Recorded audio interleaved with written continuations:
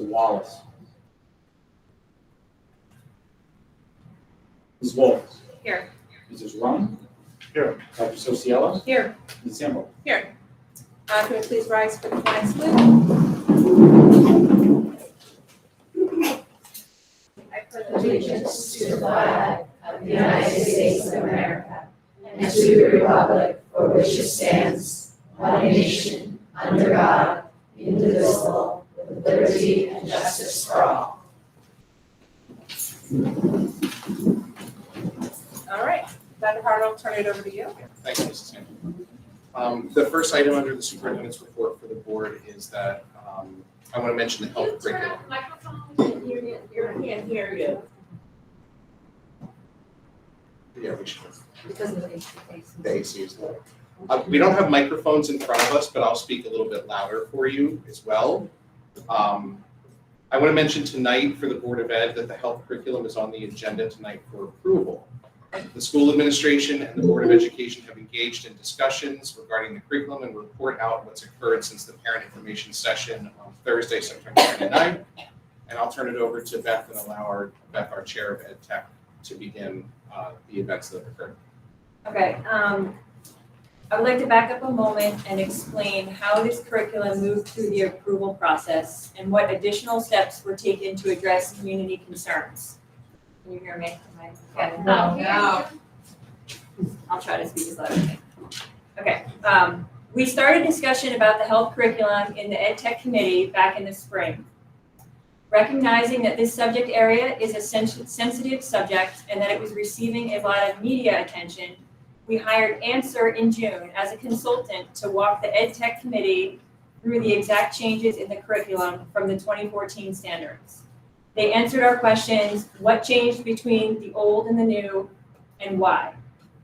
The committee then recommended sharing that presentation with parents, guardians, which is what we saw at the parent information session on September 29th. Curriculum writing happens over the summer when teachers are not in the classrooms. I just want to note that in addition to the health curriculum, 31 curriculum documents have been updated and approved by the board since July. This is a dizzying amount of work, and our administrative team and staff has done a fantastic job incorporating all of these 2020 standards and doing so in a timely and professional manner.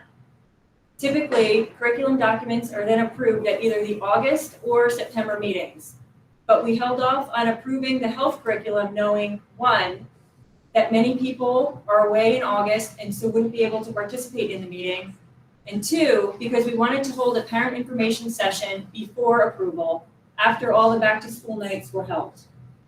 We went to great lengths to be both transparent in this process and to incorporate feedback from the full board and the community. In our August and September Ed Tech meetings, the committee saw first drafts of the health curriculum.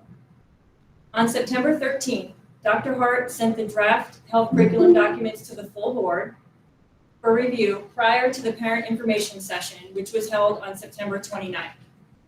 On September 30th, Dr. Hart sent an email to the Ed Tech committee with agenda items, and included on the agenda was a discussion of the health curriculum for any revisions.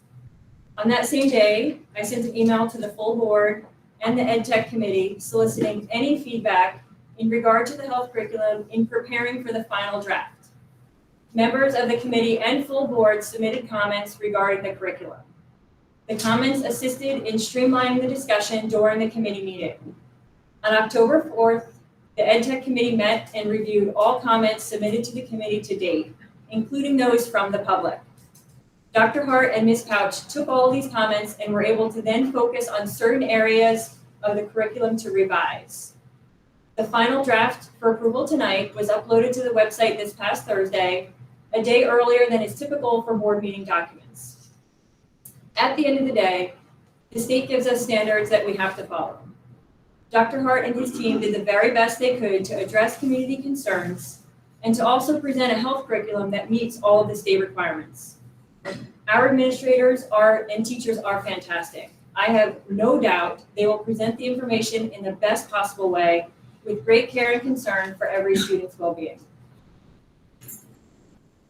So, like I mentioned on September 29th, at the parent meeting, we've taken great strides in developing a curriculum that tackles complex and sensitive topics in a developmentally appropriate manner. We have maintained these goals throughout the curriculum, and as Beth said, we did take time to review and reflect, and I'll mention some of the highlights or some of the changes that I mentioned in a communication that went out today to parents in our community, but I recognize that we may have some folks here tonight that wouldn't have been on the Genesis blast, so I'll just highlight a couple of things. First is the topic of abstinence. Abstinence has always been a focus of our health curriculum, but has a more prominent position in the current documents. Abstinence education per New Jersey state statute has been highlighted and emphasized as the primary way students can avoid STDs, STIs, and pregnancy. This is known as abstinence first education, and this has been revised in the curriculum to have a more prominent position. The Amaze videos. The use of Amaze videos as a resource, along with references to the 3 Rs, has been removed from the curriculum. While we believe that Amaze and the 3 Rs have some developmentally appropriate resources for our use, we recognize that this has created much discomfort and concern in our community. That, of course, was not our intention, and we want to ensure that our community is comfortable with the content of the curriculum. The standard related to oral, anal, and vaginal sex. This standard identifying that students must define oral, anal, and vaginal sex remains in the curriculum, but does so within the context of how STDs and STIs are transmitted. This was always the context, but we wanted to make it more clear within the curriculum document. Parents as sex educators is also included. References to parents and guardians being the primary sex educators for children has been emphasized in certain areas of the curriculum document. We also stress the importance of parents, grandparents, and guardians as examples of trusted adults throughout the curriculum document. Ultimately, we recognize parents as our partners in education. The opt-in and opt-out was also discussed. The Board of Education has long applied policy 5250, excusal from class or program, when it comes to health education. This policy reflects and upholds New Jersey Statute 18A 35-4.7. This policy also provides clear direction for the process that must occur if one wishes to opt their child out. The district will maintain health education as an opt-out. A letter will be sent in the spring before any instruction takes place in sex education. And lastly, any and all references to creating an inclusive and accepting environment for individuals of all genders, gender identities, gender expressions, and sexual orientation remains in the curriculum document. Inclusivity of all is a cornerstone of our educational program. The curriculum does not ask anyone to change their values, nor does it impose certain values be brought into the home. We do, however, seek to ensure that school is a welcoming, safe, inclusive, and accepting place for all students to learn. This often goes beyond the health curriculum and the inclusivity of the LGBT community and extends to other curricular areas such as social studies, language arts, and SEL. Inclusivity also extends to people of all races, ethnicities, cultural backgrounds, ability, disability, and even beyond. Acceptance of others and acknowledgement of others' varying experience will always be part of our educational goals. All of our students deserve to feel safe in our schools so that they can rise to rigorous academic standards. These are the highlights that I wanted to provide to the board as we vote on the health curriculum tonight. I want to thank the board for giving us as much feedback as they have, and the parent community for being as engaged as you have been. I think that we have truly come together to collectively develop a document that really adheres to the state standards, but also heard some of the concerns and questions in our community. So, health curriculum. We can talk about this during Ed Tech as well, because I know Beth, we have a report. Louder, please. We can't hear you. We can't hear you. You have speakers, but no provision for parents to hear what you're talking about. You're mumbling. We are doing the best we can. We don't have our microphones in front of us this evening. We are doing our best. Yeah, we do. Even if we did, that is everything related to the health curriculum. This is on our agenda tonight under Ed Tech. So should the board have any questions or comments, we can talk about it under Ed Tech before we vote. Ordinarily, that's what we do. That being said, on our agenda tonight as well is the New Jersey Student Learning Assessment results. We have invited our curriculum supervisors as well as each building principal to our meeting tonight. The NJSLA assessment results not only include the results of the state assessment that was given last spring, but also include some district benchmark assessments as well. So at this time, I'd like to introduce Dr. Brown, Ms. Pouch, and Ms. Stacy Beagle. I think Dr. Brown, you'll start first. And we'll bring up the NJSLA district assessment presentation. Good evening, I'm Dr. Stacy Brown, I'm the Supervisor of Humanities. I will walk you through the language arts portion of this assessment data. It includes both NJSLA information and some of our district benchmark information.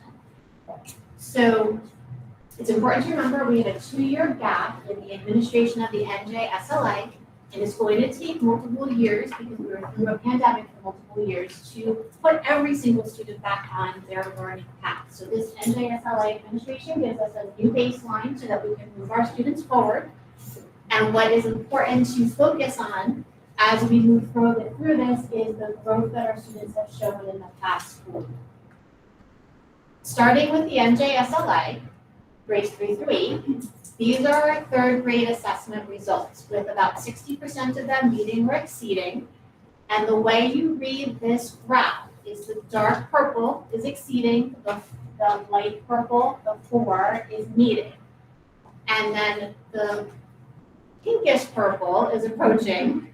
The light purple is partially meeting, and the very pale, almost white purple did not yet meet. These are not our colors, these are state colors, and it's good for you to see them on this particular presentation because when you go home and you get your parent copy, these are the same color codings that you will see there. So 60% meeting exceeding, which is substantially above what the state performed at this year. These are our 4th grade assessment results with 75% meeting or exceeding, which again, well above state assessment results. 5th grade, 75% meeting or exceeding, again, well above state assessment results. 6th grade is at about 60% meeting and exceeding. They're also above state assessment results. And our 7th grade at about 70% meeting or exceeding, and they are substantially above state results as well. Our 8th grade is about 60% meeting or exceeding. This is abnormal for this particular group, but it's important to note that there are past 8th graders that have now moved on to the high school had a completely disruptive middle school experience, and that does impact their academics. We put interventions in place and sent them on to the high school with suggestions and recommendations to get them placed in the right places so that they can continue on their learning trajectory. Now these scores are going to be our longitudinal scores, so it looks at groups over time. Does the board have any questions before I move on? I'm not sure how to gauge this. Is there a way to compare with other years? That's what the longitudinal scores will show you. All right. Okay? So well-timed question. So this is our achievement. Same grade, different students. So you're looking at your 3rd grade over time from year to year. And then it's going to be very difficult for you to see those numbers. Our 4th grade and 5th grade, if you can see by the size of the bars, have very stable growth from one year to the next despite having a pandemic. So our 4th grade is at about 74%. At 74%, they were about 72% the year before. So they're really hanging in exactly where they were pre-pandemic, which is something we should very much celebrate. 5th grade is the same, they're within a few percent of each other. 7th grade is also about 5% or so lower than they were pre-pandemic, and a 5% fluctuation is completely normal in cohorts of groups. So that's not anything to be concerned about either. 3rd grade, 6th grade, and 8th grade had slightly larger fluctuations, but if you can see in 3rd grade, that's not an unheard of score for us. We have had cohorts in the past that have had scores of that kind. We know how to manage that, and historically, we've been able to move these groups up through proficiency from year to year with the interventions we have in place in the district. Every group is different, they all start at a different place. And then again, 8th grade, they usually are extremely high performing group, but it was a very difficult transition for this past 8th grade to move through the middle school in entirety without any year being disrupted and getting into the flow of a middle school experience. These are our cohorts. So these are our groups of students compared to each other. So you're seeing that this is somewhat difficult to manage because we have that 2-year gap. So we don't have everybody that we can compare to each other.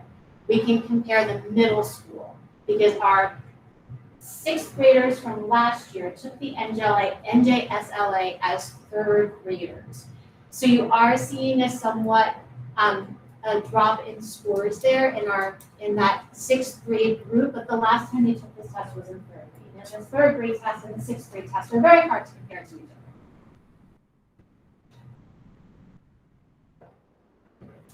The next cohort there is our 7th grade from last year. They took the test in 3rd grade and 4th grade, but again, the 4th grade and 7th grade tests have very different expectations. However, they did very nicely with just a normal fluctuation between grade levels there. And then the last one is our 8th grade that is currently over at the high school. They had a slightly larger fluctuation, but not that far off from when they took the test in 6th grade.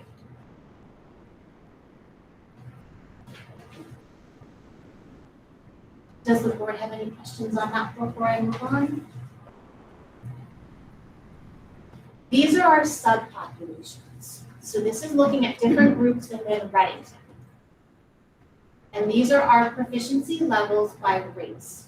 So on the bottom is the percentage of the population for each group.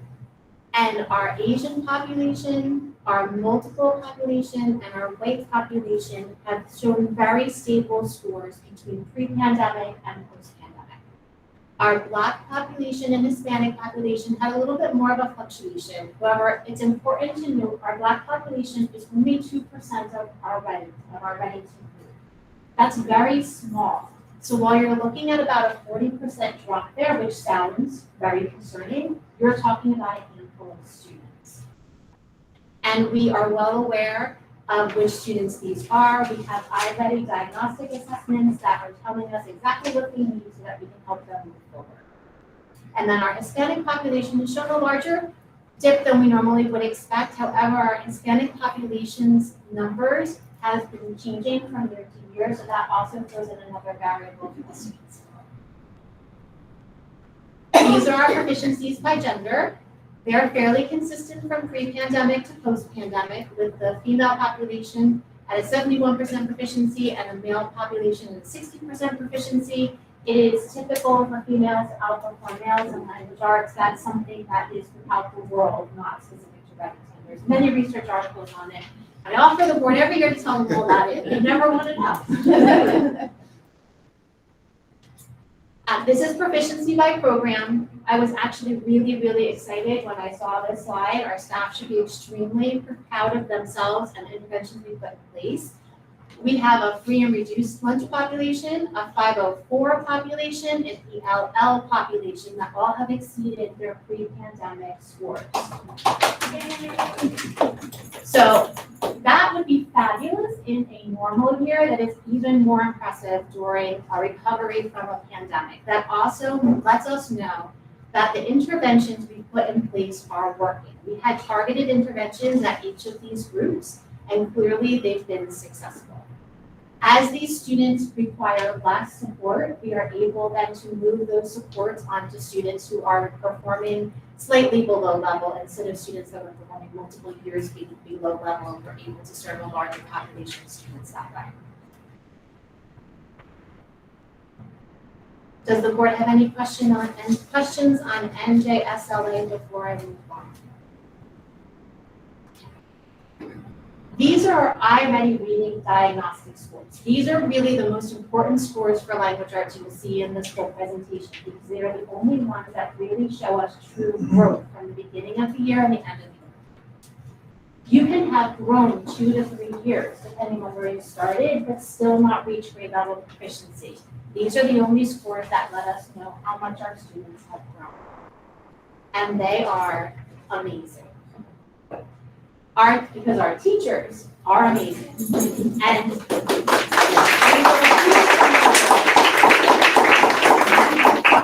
our students work so very, very hard before school, during the summer, after school, and homework clubs to be here. Now, what this means is this blue bar on the left is our progress towards annual typical growth. The expectation is that we would have a median number of 100. As a district, we had 142. So we well exceeded a general expectation there.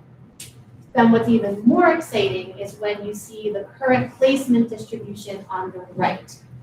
This is very easily color-coded with the green being on grade level continuum, the yellow being slightly below, and then the red being 2 or more grade levels below.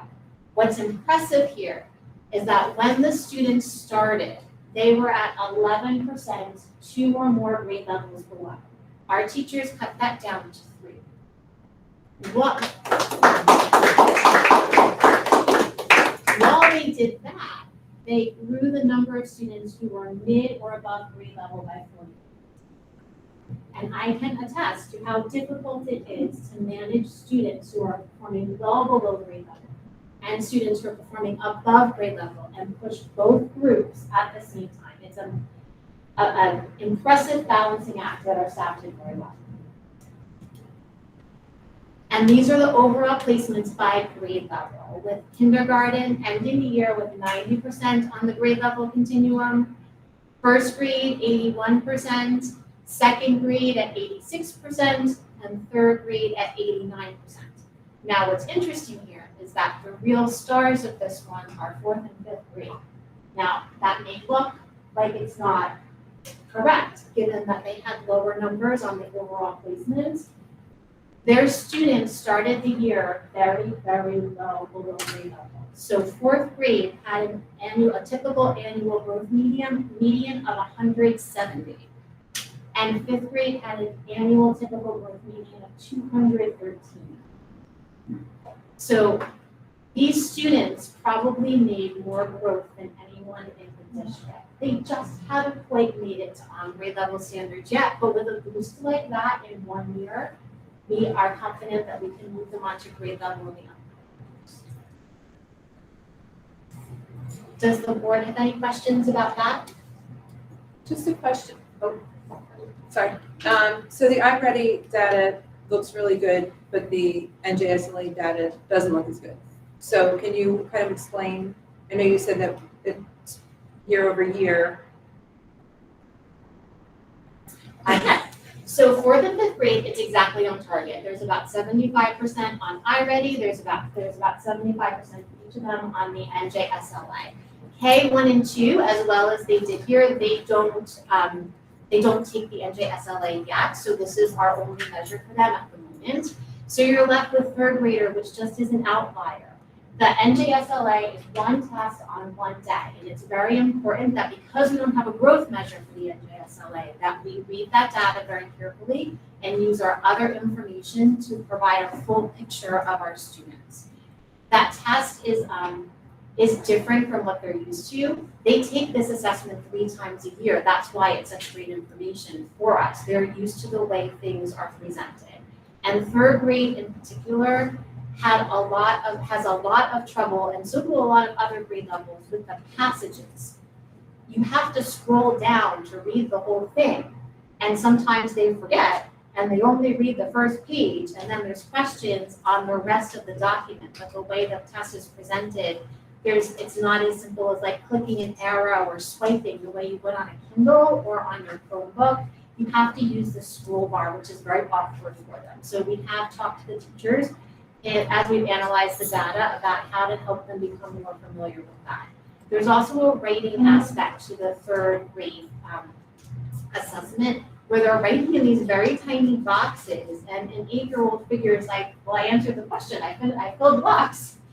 And even as an adult, I would never write an essay in a tiny box. I would write it on a Word or a Google Doc, and then I would proofread it and I would copy and paste it. And that's how we teach them to do things. However, the NJSLA assessment doesn't always mirror the real life experience that we try to give our students. Thank you. Jody, I don't see a question. Oh, excellent. So writing benchmarks. These are our district writing benchmarks. These are our kindergarten scores. The students take 3 benchmarks a year, a narrative, an information, and a argument or opinion writing assessment. Our kindergartners started with a 70 on narrative, 86 on information, and an 87 on opinion. And you're going to see the same trend as we go through each of the grade levels. First grade's narrative was 77, their information 95, their writing 91. And the trend you're seeing is that they start low and then they move up as the year goes on. That same trend is repeated in second grade with a 71 for narrative, 73 and information, and 83 for opinion. The reason you see that trend is because the narrative they take first thing is their first unit. It's their first unit because it's the easiest piece of writing to manage. They haven't learned any grade level expectations, or at least at the very most, they've only learned 6 weeks of an entire grade level. As they move through the assessments, what we want to watch for is that the numbers are going up, because that means that those skills that apply to more than one genre of writing, like conventions, like paragraphing, like sentences, are pulled through each one of these genres. That shows us that they have internalized the skills and they are ready to apply them to any piece of writing. So what you're looking for is not particularly a high score in narrative, but a continuation of growth, which you see here. These are third grade scores, a 72 for narrative, a 74 for information, and an 80 for opinion. Our fourth grade scores are a 64 for narrative, an 80 for information, and a 79 for opinion argument. Now you're starting to see the next trend that's going to come up, which is the opinion and especially the argument piece is the most difficult piece of the students will write. This is starting to shift now from an opinion into an argument. And an opinion is very different from an argument. An argument has to have text-based evidence, and that is very, very difficult to do, especially on a benchmark assessment where you haven't spent weeks researching your position. These are our fifth grade scores, 77 in narrative, an 82 in information, and then an 89 in argument. And now we're back as they're starting to internalize these new skills into that same trend of the students moving up as they go through the genres. Sixth grade is the transition, as you know, into middle school. Middle school is an entirely different place than the elementary school. There is a lot of push for independence as we prepare students for the high school and for the world beyond that. There's an expectation for an independence in the writing process, in the revision process. And so some students take to that without a problem, other students need a little bit more time. So they started out this year with last year with a 64 in narrative, 78 in information, and a 55 in argument. This kind of trend is not abnormal. The argument piece in sixth grade is very, very challenging. They have to rank their pieces of evidence. It's very different from what they're used to. What's important to look for here is that as they move through grade levels, are they taking those skills in argument writing and applying them next year, or are they forgetting them and the teachers have to start all over again? And as you can see here in seventh grade, with an 82 in narrative, a 90 in information, and then a 79 in argument, which you're starting to see that trend, and the students move up through time. And then that's repeated in eighth grade, where we're sending them on to the high school with an 97 in narrative, a 100 in information, and an 82 in argument. And these numbers reflect fairly well what the proficiencies are in the NJSLA. We do very well in narrative writing for the most part. Year to year, we might have a blip or one grade level that doesn't do as well as expected, but for the most part in narrative writing especially, we always perform above the state. Does the board have any questions on the writing benchmarks? Yes. Are you going to track these students as they go into the high school and see how they perform? You know, I mean, I know you only go to 8th grade, so is there some kind of tracking mechanism? They do. Upon request, we can, they used to just provide it to us at our supervisors and articulation meetings. Now it's upon request that we can ask for like a distribution of how our students perform when they get to the high school. The only problem with that is that there's a lot of variables that we can't manage. Every family doesn't follow the recommendation of the 8th grade teacher, and sometimes they go into lower classes because they're taking many other honors classes, they don't want to overload themselves. Sometimes they take an honors class when they were recommended for a grade level placement. And so we have to keep those filters in mind when we look at the data, but I have not seen it for this year yet. They usually, even if we ask for it, I usually can get that more like around January. They have to at least go through the first marking period, and I would say at least the first 2 marking periods, because an adjustment to the high school is also, you know, an important factor to consider. Before we can get any information, that would be really solid. We historically perform well and sometimes outperform our neighbors when in recommendations to honors. And then good performance. Anything else? I will turn this over to Ms. Couch for the math portion. Thank you. Good evening, everyone. It's nice to see all of you here. I'm Sarah Pouch, the Math, Science, Technology, Health, and PE Supervisor, and I'll be walking you through the math scores for NJSLA, as well as iReady and Science for NJSLA as well. NJSLA is given in the spring. The math has 3 units for grade level math and 2 units in Algebra 1 and Algebra 2. We're looking for students to meet or exceed the grade level expectations, which on the charts as you've seen before are to the far right, the 2 darkest shades of purple. When we're looking at 3rd grade, Reddington scored 70% meeting or exceeding the expectations, where the state was at 46%. One thing to keep in mind is that here we're about 25% over the rest of the state. Normally on this slide, I would say that this is the first time that 3rd graders are taking this assessment, so there is a bit of a learning curve on how to use the platform. But because of the 2-year pause due to the pandemic, not only was it the first time 3rd graders were taking this assessment, it was the first time 4th and 5th graders were taking the assessment as well.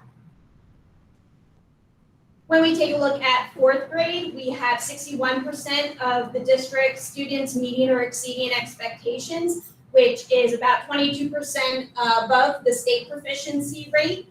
The students had an extremely strong showing in modeling and reasoning. That's something that we've watched over the years that students tend to struggle with, and even with the disrupted in instruction, students were able to perform very well in modeling and reasoning in both 4th and 5th grade.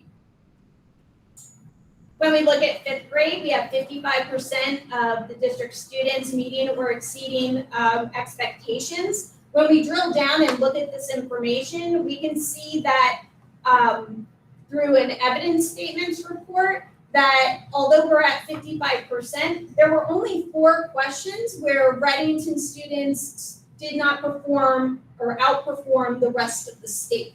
So we are taking a close look at those 4 questions and what standards are tied to those, and see that how that might affect instruction moving forward.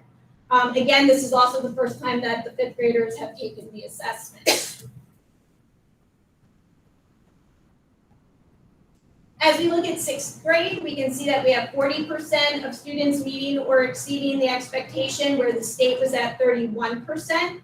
Again, when we look at the evidence statements, it becomes down to 3 questions where our students performed at a lower level than the rest of the state.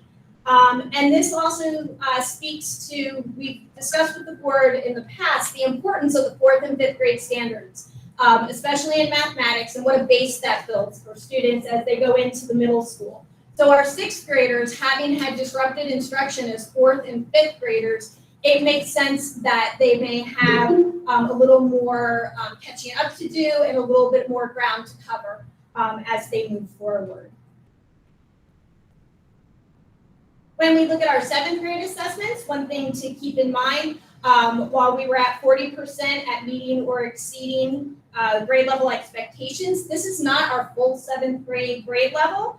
There are roughly 20 students who take the algebra assessment for NJSLA as honors students. The other thing to keep in mind is that our students who are in our advanced math class are being assessed on 7th grade standards that they haven't seen for a year or possibly a year and a half because of the way, the structure of how the standards are presented in our advanced and honors class.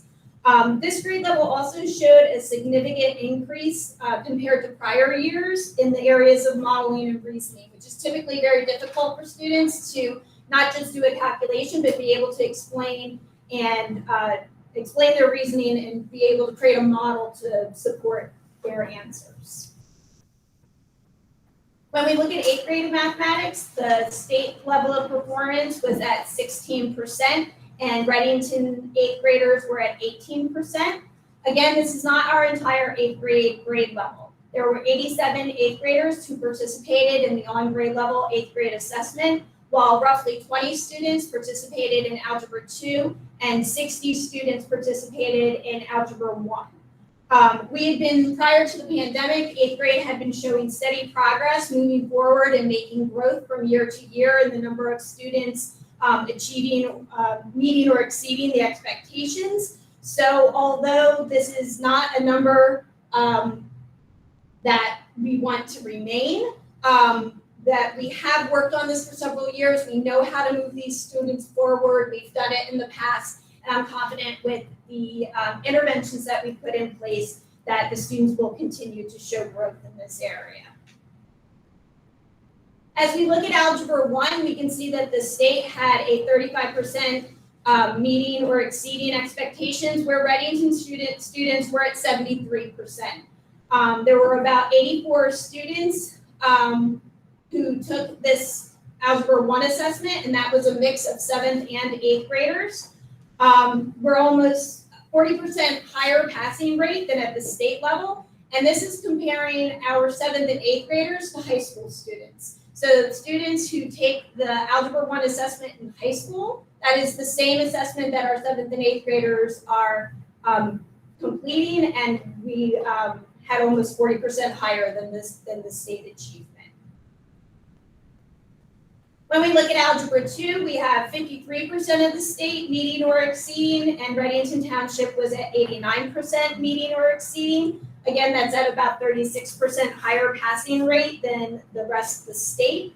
And it is something to keep in mind that this is a very small group of students. So we only had 18 students participating in Algebra 2. So when we look at and see that there were 6% at partially meeting and 6% at approaching, because it's such a small number of students, each one of those students accounts for quite a large percentage.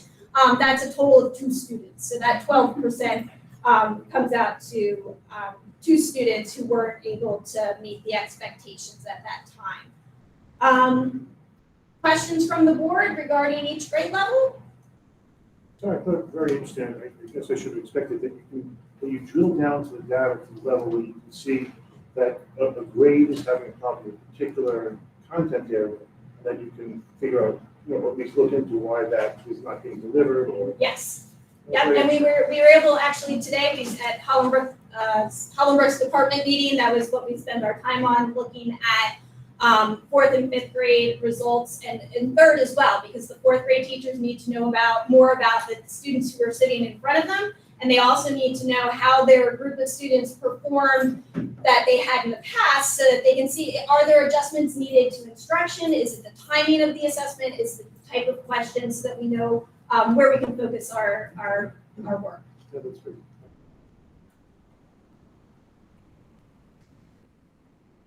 Next is the longitudinal scores, where we're able to look at the same grade at different students. So we can see how third graders have typically performed over the years and each grade level. We have each grade level, third, fourth, fifth, sixth, seventh, eighth, and then we have Algebra 1 and Algebra 2. The final bar graph is a combination of all grades 3 through 8. First, what we are going to take a look at is here's this achievement by grade level from year to year, keeping in mind that we have had disrupted instruction, and that can have that impact can be overcome, but only with time. As we look at third grade, there was a fluctuation between the 18-19 results and the 2021 results. As well as in fourth grade, we can see a fluctuation again. However, you can also see that that bar is almost the same as the 17-18 school year. So we've seen scores like this before, even when there wasn't a pandemic. Most of the grade levels for third, fourth, and fifth grade had a fluctuation of about between 5 to 9%. And when we're looking at an entire grade level, that's roughly 7 students. So we're looking, although the bars look like an extreme difference, the percentages really speak to a small number of students which we've put interventions in place for. As we look at 7th grade as well, again, 6th grade had the largest fluctuation, and again, I'm going to lean heavily on the importance of those 4th and 5th grade standards and what a difference it makes to have that strong base for students to move forward. And in the 18-19 school year, when students were consistently with their teachers on a daily basis, they showed good progress. And we anticipate that that'll continue to be the case as we're back in school full-time with our teachers. Looking at 7th grade, there was also some fluctuation, but we're only a few percentage points off from where students were in the 18-19 school year. And taking a look at Algebra 2, there we have actually an increase. So the number of students in meeting and exceeding actually increased by 13% compared to the 18-19 school year. Questions about grade level from year to year? And next we take a look at the cohorts. So students who move from tracking the same students as they move one grade level to the next.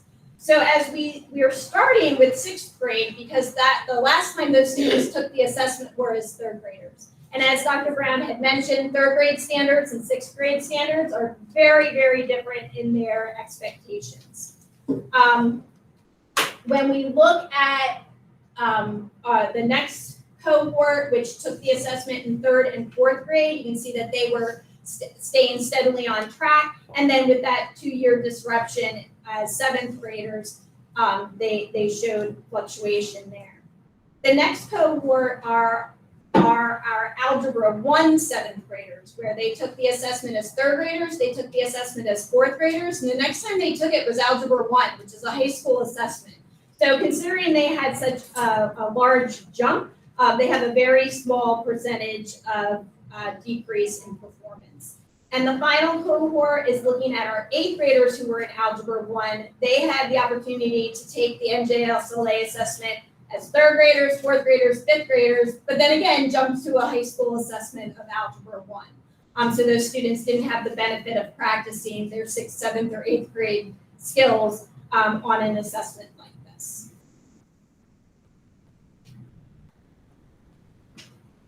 Questions about the cohorts as they move through the grades?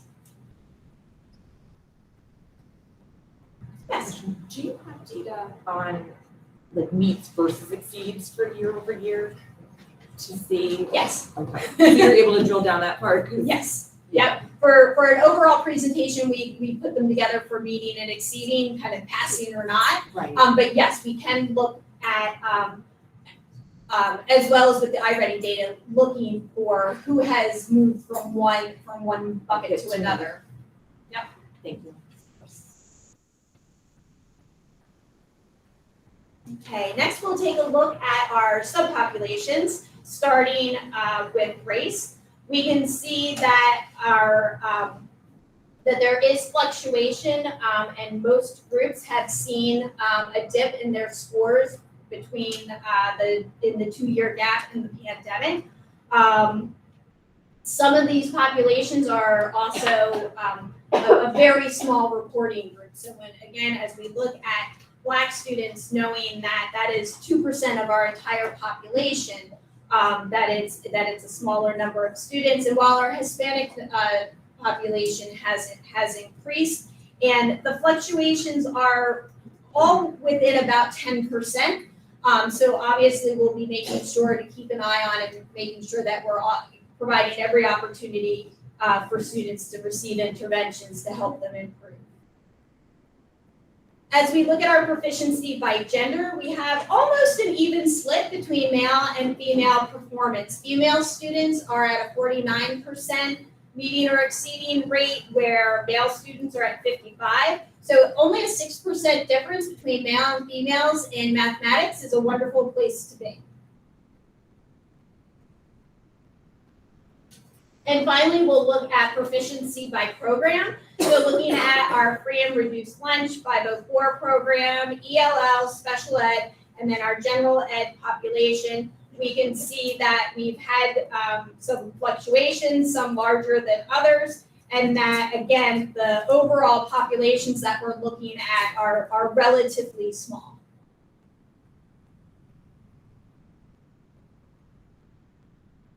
Questions about subgroups? Not subgroups, but just in general for math, do you have a sense for similar districts in terms of what the reporting looks like? I know everyone's coming online right now. We're waiting, we're stalking everybody else's websites to see when they post their results as well. The state doesn't make it easy and provide us with the information. We have to go looking for it ourselves. Every district is required to post these results within 60 days of having received the results. So that deadline will be coming up around the second week of November. Seems like the pandemic had a much greater impact on math than I would say in general and overall, my gut reaction to it is when students were home or not able to go somewhere, or even during the school year, parents, in my opinion, are far more likely to say, if a student says or their child says, I'm bored, I have nothing to do, it's, well, go read a book. Very few people say, go practice your math facts. So I think there's a bit of that involved. I also think, again, even when we were in half days or in school, it is very easy for a student to independently read, especially when we have such wonderful leveled books where they can read at their own grade level, their own reading level, as well as some of the stretch reading levels. Finding their own math is a little more difficult. We were very, very grateful to have the iReady path so that students did have some access to independent work that could help move them forward at the same time. The ELL data, the Yes. zeros, they represent that we don't have any ELL students in those years, or they actually 0%? It's actually 0% who met or exceeded. So again, the numbers were much smaller back in the 15-16 and 16-17, 17-18 school years. We were looking at a smaller number of students because our population has grown, but that is a 0% passing rate. And how about the free reduced lunch? There's one. The free and reduced lunch, something happened with our data that year. It's not that we didn't have any, it's that for whatever reason, we didn't have that as reportable data that year. And we're not sure why, but I'm waiting for that bar to slowly eke its way across, because it's been there since we did the 18-19 reporting and whatnot. There was just some kind of glitch in our system where we didn't have the students identified properly for testing results. I'm sorry. For the ELL students, do they take the math assessments in their native language or English? It depends on, we rely on our ELL teachers to identify which students would benefit from taking the math assessment in Spanish and who would benefit from taking it in English. They also have the option of listening to the test in English and seeing the English. They can also have the option of listening to the test in Spanish and seeing the test in Spanish. Unfortunately, Spanish is the only language that the state offers, and we have many students who are ELL that do not speak Spanish. So we base it on what we feel is most appropriate for each student. So if students are ready to exit the ELL program, then most likely they would take it as English. Whereas students might be port of entry, then they can absolutely take it in Spanish. The other thing is to keep in mind as well is that our ELL students are required to take math regardless of when they arrive. If students arrive in June of the prior school year or after, they are excused from taking the ELA assessment, but every ELL student has to take the mathematics. My question. Yes. We talked about tracking in the high school. Can we also track, or do we track comparing our performance to other districts that end up in the high school? Yes. So through our articulation at the high school, we are provided those reports. And as Dr. Brown said, usually about mid-year to give students a chance to settle in. And we've only ever received those reports on the freshman class. So they keep track of the freshmen as looking at what course were they recommended to take, what course did they actually take, and how they're performing compared to other Reddington students as well as the other sending districts. Do we track these results with other districts? The NJSLA results? Yes. Again, we would have to go to each district's website and find their presentation like this, which we do. We follow up with the other 3 sending districts for the high school so that we can kind of gauge. We also have a very nice cooperative relationship with the other sending districts, and I've already had a chance to sit with their math supervisor and go through and look for trends and look for similarities and differences between the school districts. Right. Next is our end of year diagnostic, which is able to show student growth, whereas NJSLA is just one snapshot of grade level performance. This gives us growth for grade level performance, and we were thrilled to see that at the end of the year, we're looking for 100% typical growth, and our district students showed 119% growth. Again, looking at the bar to the right, we can see how students moved across from being 2 or more grade levels below and into on grade levels. So looking at the very dark green, which is mid to above grade level, that went from 17% at the beginning of the year all the way up to 50% at end of year. Early on grade level, the lighter green, interestingly stayed about this relatively the same. That we began at 20% and we ended at 21%.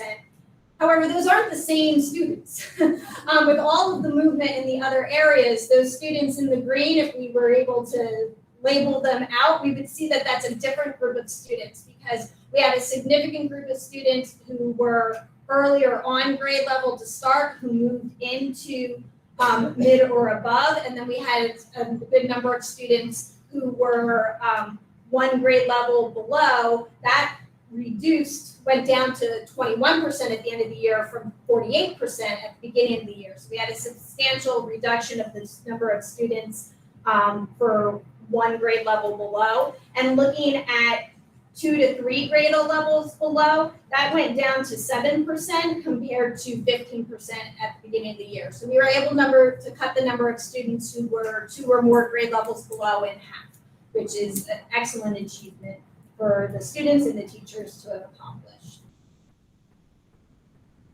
When we look at that from 1 grade level to the next, we can see that in grades K-5, we had between 75 and 83% of our students performing within the grade level expectations, and only 2% at K-3 fell into the below grade level. At grades 4 or 5, we only had 9% of our students performing below grade level, and in 6-8, that went up to between 51 or 71%, depending on the grade level.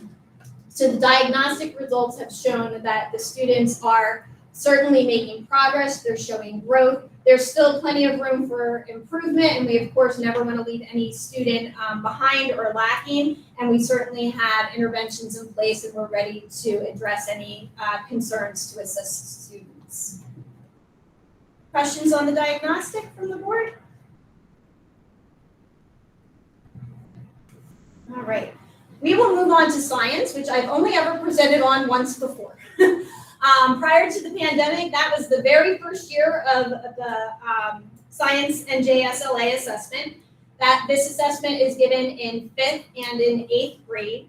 There are 4 45-minute units for the science test. So that means an additional 2 days of testing for 5th graders and 8th graders.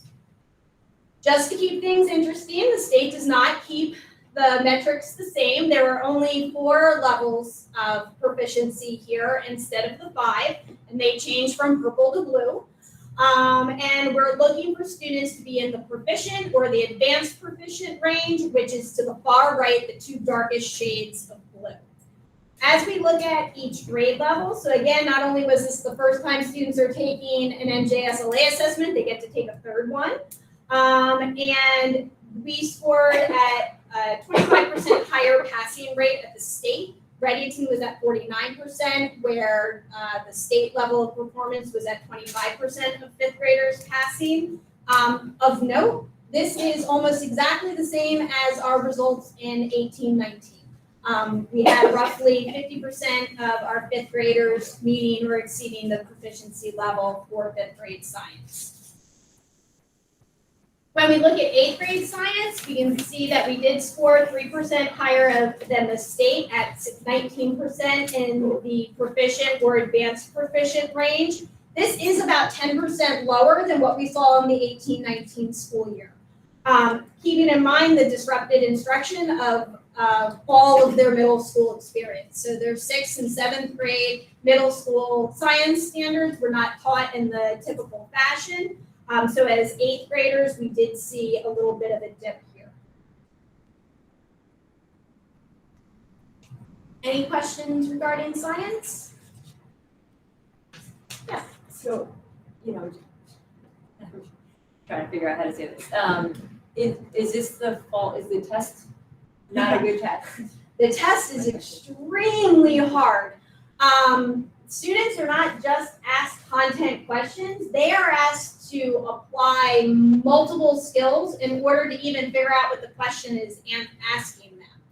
In 8th grade, in preparation, the science department at the middle school and I have sat down and we've looked through the practice questions and tried the samples and talked about how do we prepare students for this. And as I sat in a room with 6 teachers, who almost every one of them has a master's degree in science, we worked our way through the 8th grade practice test, and I can proudly say that, yes, we absolutely got 100 on the assessment. It took us the full 45 minutes to answer every question. So students in 8th grade showing that level of persistence is most likely part of the problem, because the assessment is incredibly difficult, but we're going to keep at it and figure out the best way to show students how to prepare for a test that asks you to enter the data, change the data bars, analyze it, and then answer the question. So there's very, very many multi-step questions. And the fact that across New Jersey, only 16% of all 8th graders were able to pass that in the entire state says to me that they have a little bit more work to do on, bringing the science assessment up to the same quality that the ELA and math is at.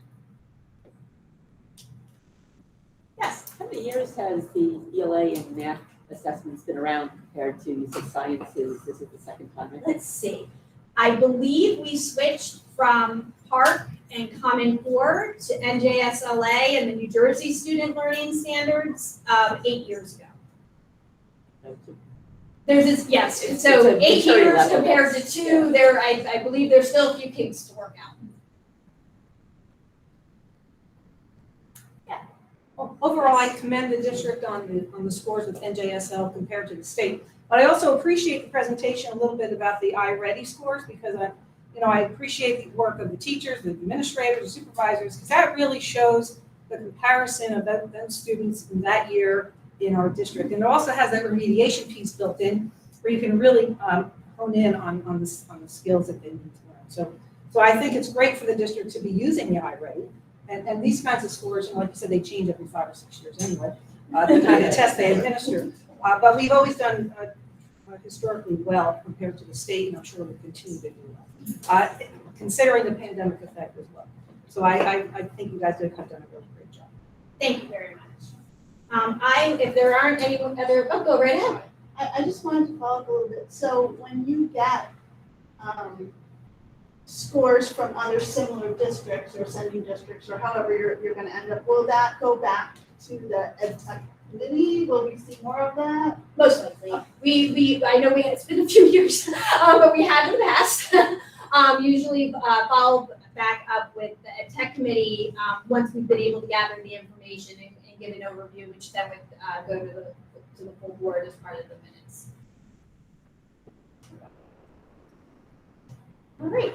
I will now turn things over to Mrs. Stacy Beagle, and she will walk you through some of the alternative assessments for students who did not participate in NJSLA.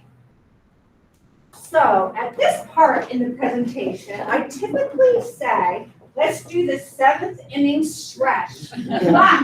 But as a new grandma, I'm going to step back, and I wish I had Rafi, who did his song about shake your cellies out. So that's what I would like to do next year. But at this point, I would like to take a pause, stand up, and stretch, because you've heard a lot of information. So at home, stretch, and I will, let's go, and I will take a deep breath and get into my stuff.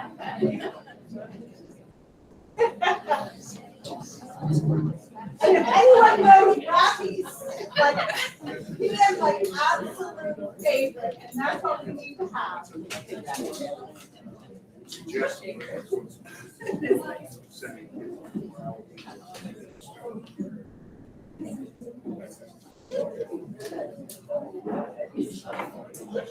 Shake your Shelly back. Next year, I will have Rafi doing that. I don't doubt it.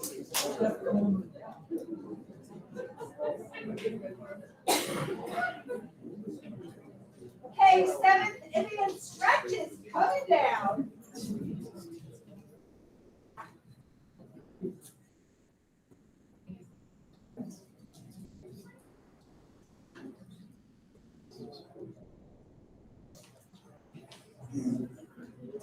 So I am Stacy Beagle. I am the Director of Pupil Services.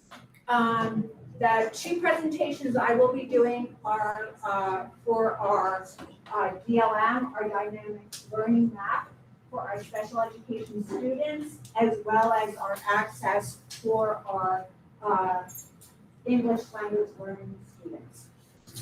So our district-wide results for our DLM.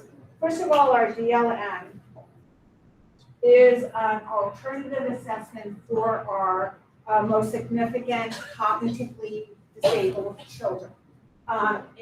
For the state, it is less than 2% of our population in the district.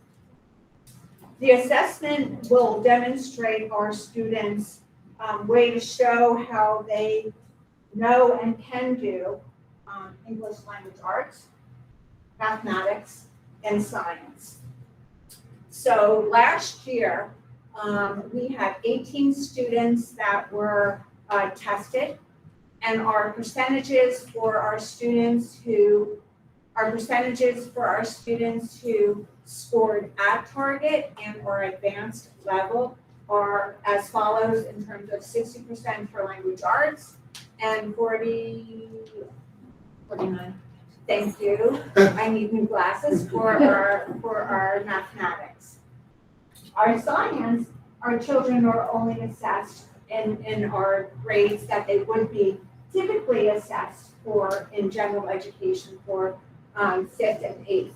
This year we had 8 students assessed and of those students were at target for more profession. Again, this is an assessment that is an alternative assessment for our children who are not typically, are not following the typical curriculum in the district. And it does show their, what they can do in language arts, mathematics, and science. Also, I just wanted to make a note that our children who have taken the DLM also took it during COVID. This was one group of students that were assessed during our COVID years. Questions from the board? Okay. So our next slide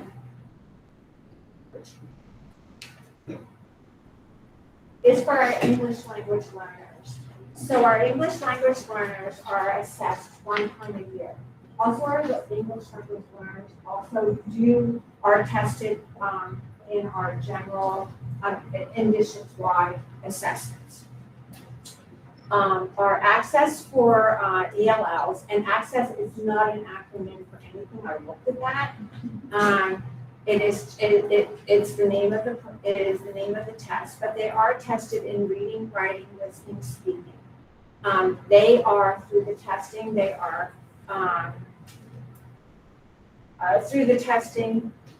They can be determined for 6 different proficiencies.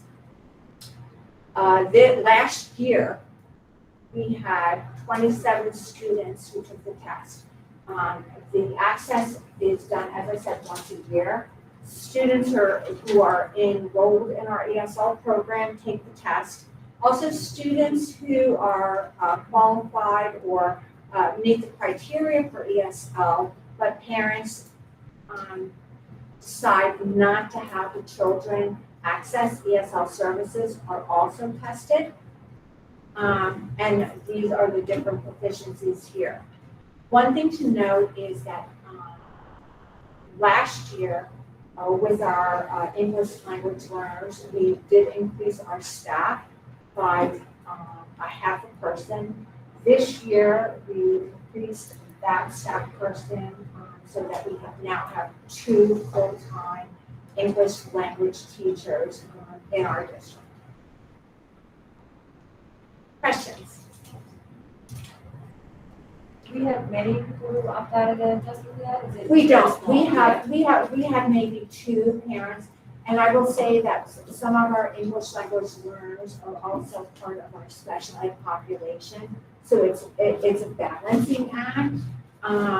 So yes, and again, those children are monitored, and even children who have taken the access and have been tested out of ESL services are monitored for 2 years by our teachers.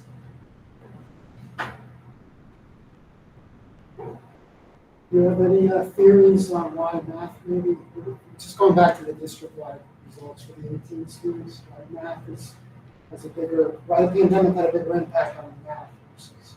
I don't, and I would think it would have been more language arts, because oftentimes for our English language learners, math is more of a mathematical numbers thing, and they access that more, so I do not. Yeah, good. Thank you. All right. See if someone else tops my Rafi and my 7 minutes. I'm sorry, I have no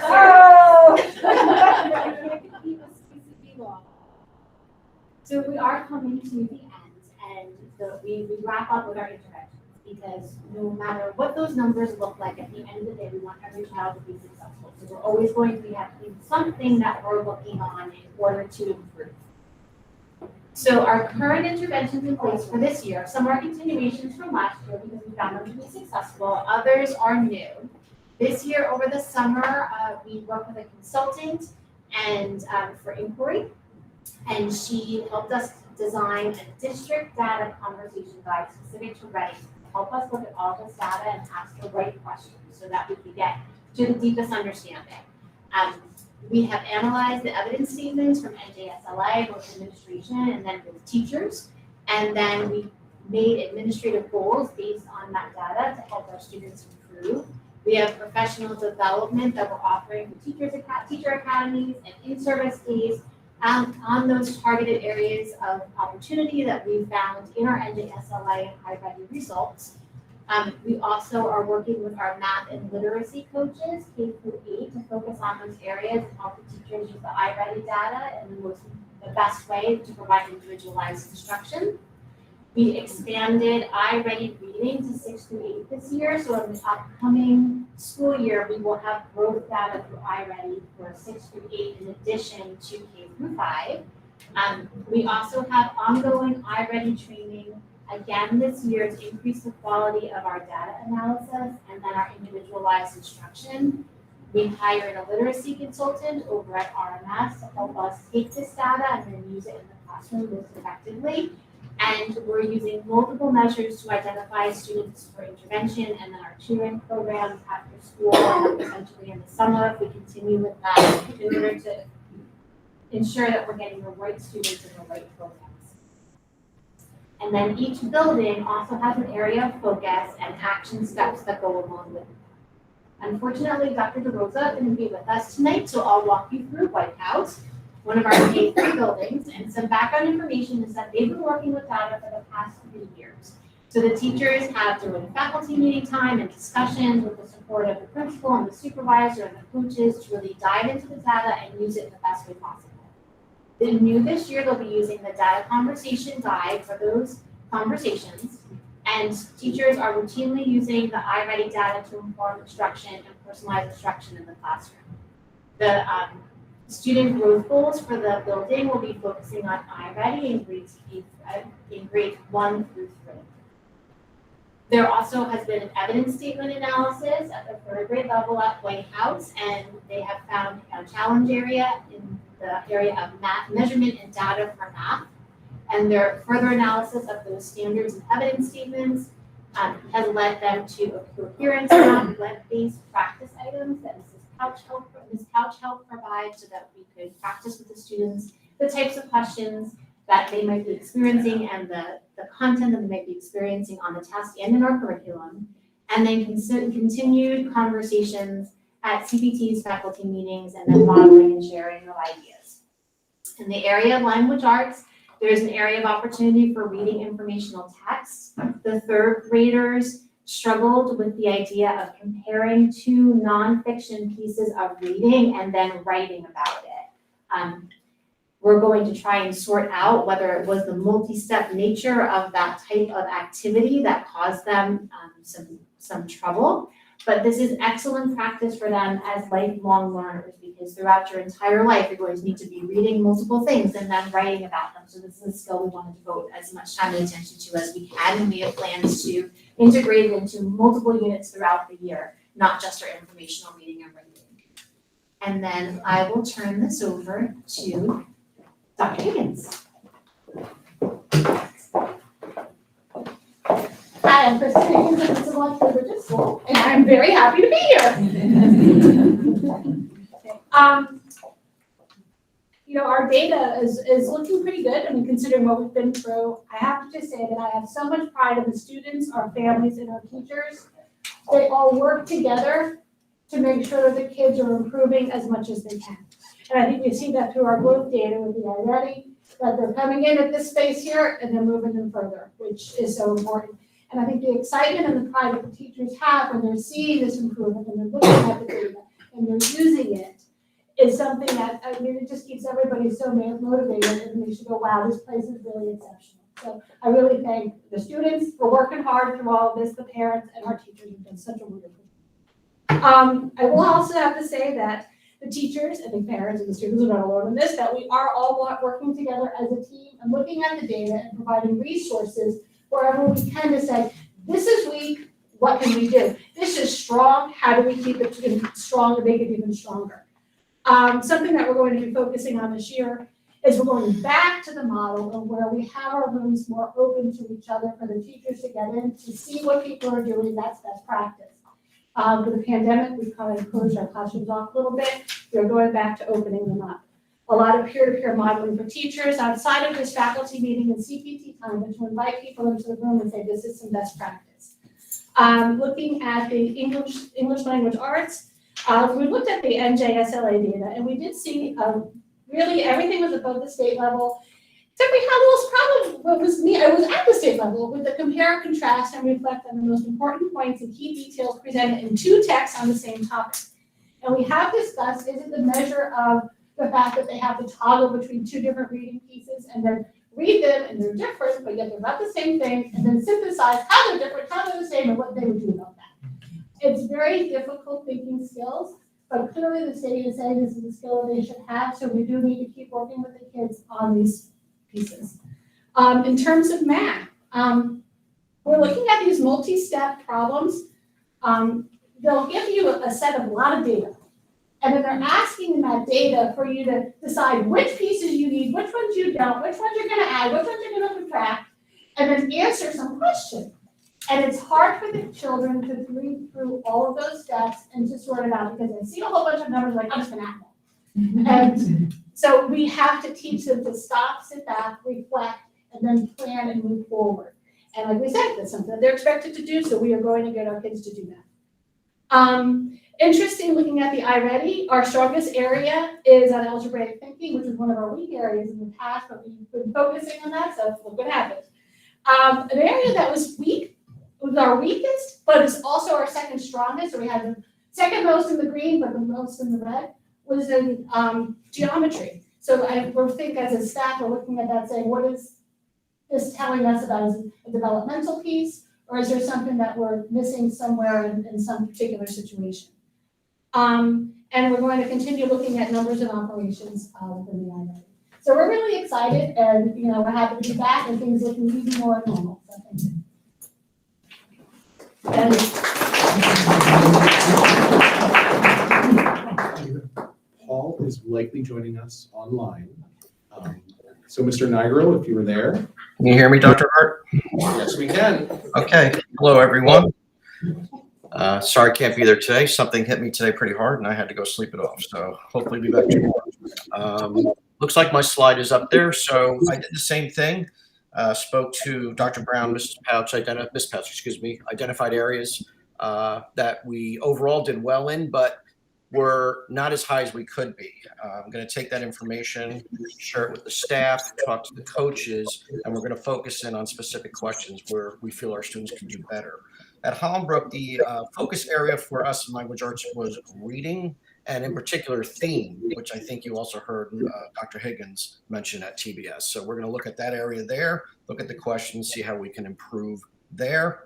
And in math, fractions. Not surprising as a fourth grade teacher for many years ago, fractions is always tough on fourth graders. But we are going to focus on converting fractions to decimals, adding fractions with unlike denominators. Those are going to be areas of focus for us so we can get our test scores a little higher in those areas. So at this time, I'm turning it over to Mr. Charleston, I believe. Thank you, Mr. Nigro. We appreciate you being here virtually tonight, and go back to bed.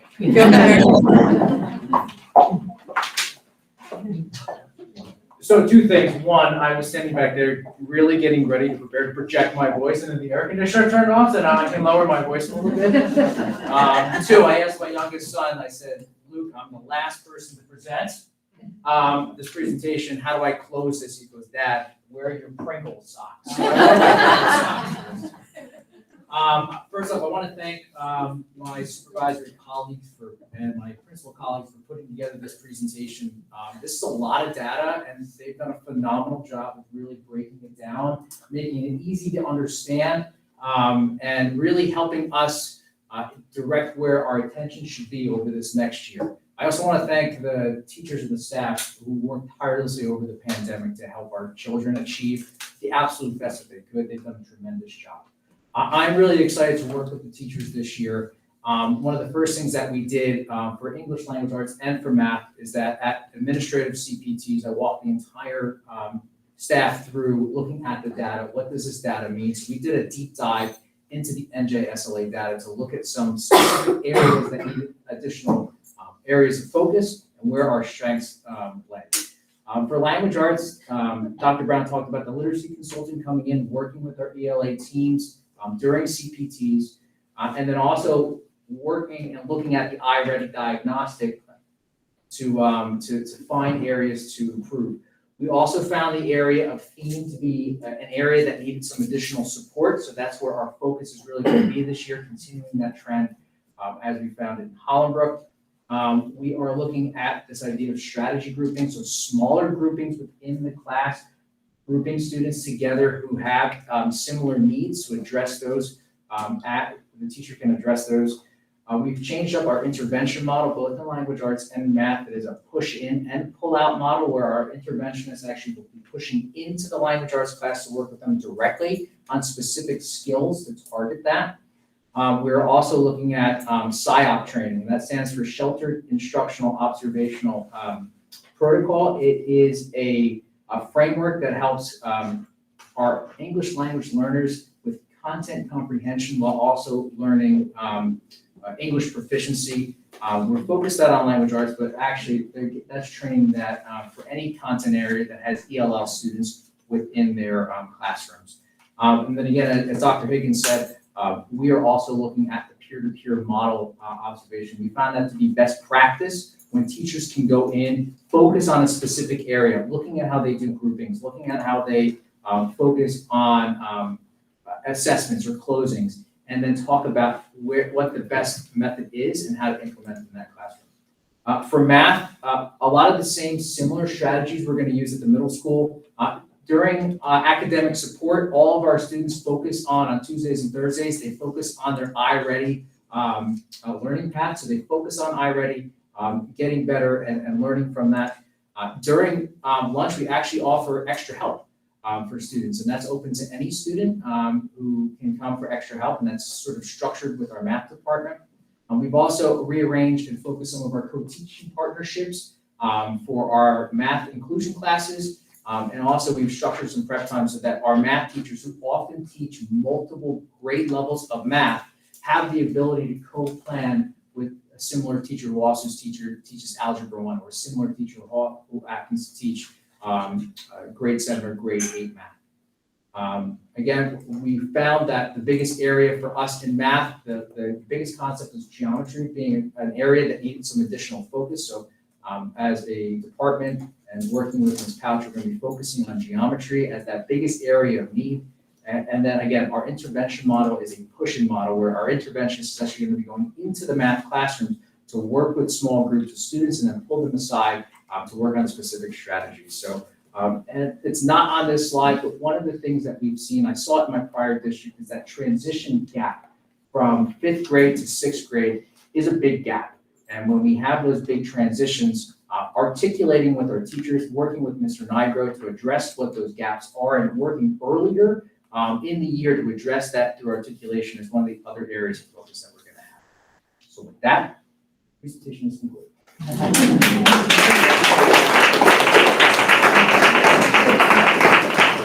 you, Mr. Charleston. I'll just round this out for the board to let you know that we've had, as you see from the data, we've had a challenging couple of years. We have a lot to celebrate. We have a lot of assets in our district. We have some great strengths. We also have recognition as a leadership team and the faculty and the staff that there are gaps that need attention. And I think you heard tonight specifically from the building principals that they each have a plan for their buildings and some action steps, and they've looked into the data so deeply that they've identified trends that they plan to address over the course of the year. I'd like to thank the curriculum supervisors, all of the principals for being here tonight. You did an excellent job with the presentation, so thank you for all of the time you put into this and the behind the scenes too. We don't arrive at some of the conclusions and some of the focal areas that we have here unless we use those data conversation charts and really take a deep dive into the data. And myself, Dr. Brown, Ms. Pouch have gone around, we've done a tour around the district, visiting each building principal, facilitating conversations about what they've noticed in the data so that we could assist each building having a focal area in terms of some of the academic achievement. So thank you. And to the teachers, I think the iReady data speaks for itself, that despite the challenges we've had, we saw tremendous growth in our students over the course of the year last year. If 100% typical growth is expected, and we saw 120%, 140% typical growth, I think that's something to be celebrated as well. So, absolutely.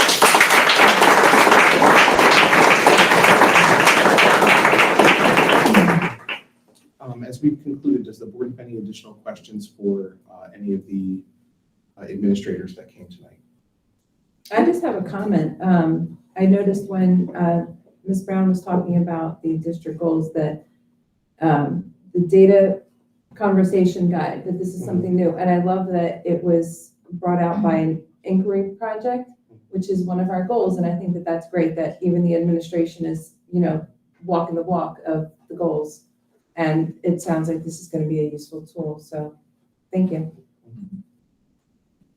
Yeah, I have a comment and a question.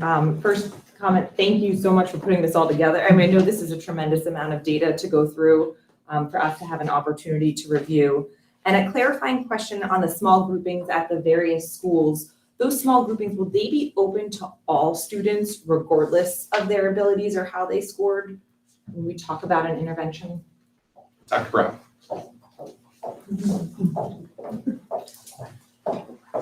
Just gonna stand up here in my simple seat. I'll answer for Ms. Pouch as well, and she can wave and stop me if I'm misspeaking for her. But iReady does a really nice job of ranking the students and putting them in groups specific to their needs. So when the teachers are talking about strategy groups, it's not like our intervention program where it's just the students that show the most need or are more than one grade level behind. It's all of our students, including the ones that are performing above grade level. Thank you. Dr. Brown, did you want to just mention, so there were a couple of things. Strategy groupings within the classroom. Can you mention criteria for intervention, students that may be pulled out of a general education classroom for additional supports? Yes, so for language arts, in order to be in the intervention program, you need to be at least one grade level behind. We use an RTI program, so a tier 1 intervention, which is about 80% of our students, is differentiated instruction in the classroom. So if differentiated instruction is not providing you what you need and you're falling more than one grade level behind, then you go to tier 2 instruction. And then if that's not meeting your needs, that's like 3 days a week in a small group, generally pull out or push in. You go to tier 3, which is 5 days a week and not a small group, but one-on-one. And in language arts, we use the iReady scores, we use our running records, we use our NJSLA or our Start Strong, and that's what we used this year and as we're looking at the fall data. Good. Yeah, thank you.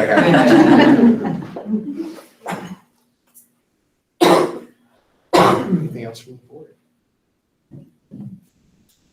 Mrs. Hample, that concludes my superintendent's report. I'm going to ask, please, that the administrative team stay through at least the first public comment in case we hear any questions from the public, maybe in regard to any of the data that we've looked at. Okay, so we're going to move on to public comment for items that are on the agenda. Will be open for 45 minutes. If we need additional time, we will assess and add as necessary, not to exceed 60 minutes. Each speaker is allotted 3 minutes per our district policy. We will be using a timer tonight. This is to allow as many members of the public to speak as you may wish to do so. It is now open to the public.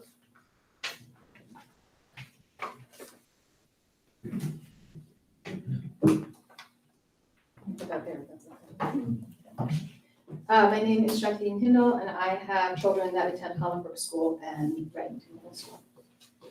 I'm speaking to the health curriculum. I suspect that it's accurate to say that more time has been spent in parent discussions and Board of Education deliberations on the topic of the health curriculum than will be spent teaching the new portions of it to any grade level in the coming year. There are only a few changes to this curriculum from the prior revision, and yet they have caused quite the stir. Based on review of the state requirements, the information provided at the parent information session, and Dr. Hart's follow-up email today, I stand in support of the curriculum revision that's up for vote tonight. I'm not here to try to change the mind of anyone who is opposed to education in human development or human sexuality at age-appropriate levels in our K-8 district. I'm not here to try to change the mind of anyone who does not support teaching children about gender equality or gender stereotypes. I'm not here to convince anyone who believes that there are only two genders that they are wrong. I will not change their mind, just as they will not change mine. I am here to speak for those who have or know of someone who has children who are non-binary, transgender, or gay or lesbian, and to acknowledge that these children have a right to be recognized as full human beings deserving of education that supports them. Additionally, cisgender, binary children have a right to learn that there are non-cisgender, non-binary people in this world who deserve just as much respect, recognition, and safety in their education as they do. I support all of the efforts to foster safety and well-being for our children. This includes teaching the correct medical terminology for human body parts, including primary and secondary sex organs, which contribute to that safety effort. This also includes teaching the consequences of sexual activity in all its forms, including abstinence, STD and unwanted pregnancy prevention, and the possible available options to address contracted STDs and unwanted pregnancy in age-appropriate discussions.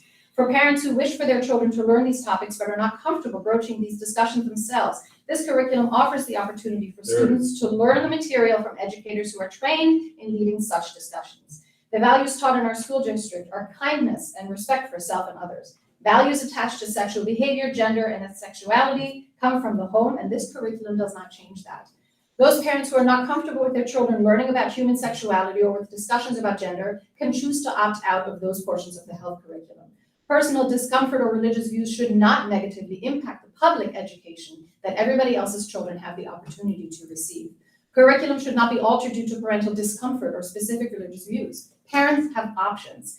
They can have their children attend public school and opt their children out of these portions of the health curriculum. They can send their children to private schools that may not have to adhere to the same standards or that offer a religious curriculum. They can homeschool. For the rest of us, please allow our children a full education in a health curriculum that incorporates age-appropriate lessons in human development, which includes relevant current discussions about gender stereotypes and gender identity. With that, I thank the board for your work on reviewing and sharing state mandates and guidelines, reviewing the curriculum, and considering parent input in addition to the very valuable input and experience of our amazing educators. And I urge you to vote to approve the updated health curriculum for the Reddington K-8 district. To the teachers, I say, Avito. Amen.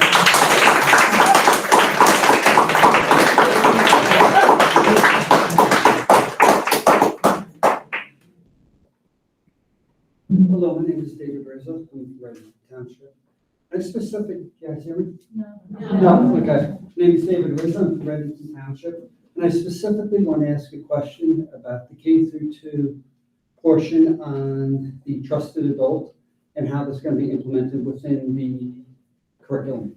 So what I did was, I saw that you guys posted the curriculum. I read that, and I want to get research on it. So I went and I said, how is trusted adults determined? Like, what research is around that? So I looked, and they all seem to use the same half dozen authors. Ones that we use, Eva Goldberg from Montclair State, or Nora Copeland from Advocates for Health. There's about half dozen. They all kind of reference the same exact data. And what they say is that by having a trusted adult, it allowed the child to not experience abuse, which is true. That happened when we were growing up. Excuse me, can you please address the board? What's that? Can you please address the board? Okay, address board? Address the board, please. Okay, I didn't want them to hear me. Thank you, I understand. Okay, so my point, okay, so what I was trying to get at was, what data do they have for that? And they're basically saying they can abuse children, right? So you need to have a trusted adult so the child has somewhere to go to.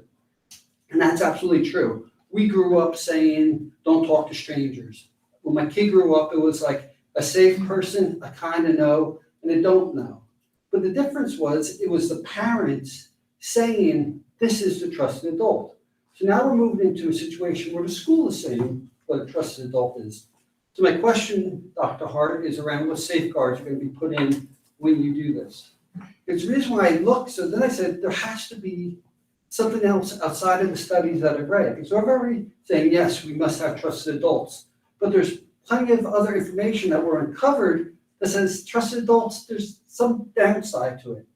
And what the downside could be is, and this is covered by a lot of articles, a lot of psychologists and so on, and police, is that the people that want to hurt children work extremely hard to be trusted adults. The majority of people that do child abuse are trusted adults. We all know that. I mean, they want to go in there and they want to get the trust of the parents. So I pulled up some studies, and one of the things that comes up, and we all know this, from a targeting perspective, they pick vulnerable people. They want people to have less parental oversight. They want socially or isolated or emotionally dependent people. So that's what they focus on. And some of their strategies are caretaking, babysitting, teaching, special relationships, isolation, emotional bonding, desensitize to sex, using pretense like teaching, exploring, and so on. So they go out of their way to be trusted. I know we're out of time, but I got a little disrupted, so I need about another 30 seconds. So what I'm getting at is, can children, a 6-year-old, 7-year-old, determine this is a trusted adult? So one of the things that comes up across the board is parents are not able to determine. Of all these abuse cases, it is overwhelming that parents had no idea. They're shocked that this person did the abuse. Their colleagues Finish are up your thoughts, shocked. please. What? Please finish up your thoughts. Yeah, guys, the parents are shocked that the person did it. So if the parents can't figure out, and their colleagues and their superintendents and all their coworkers can't figure out who a trusted adult is, how can a 6 or 7-year-old? So my question is specific, Dr. Hart, if we can address it, is how are you going to broach teach the children how to pick a trusted adult? Is it going to be every teacher or a subset of teachers? And what training do those teachers have? Thank you, Mr. Russo.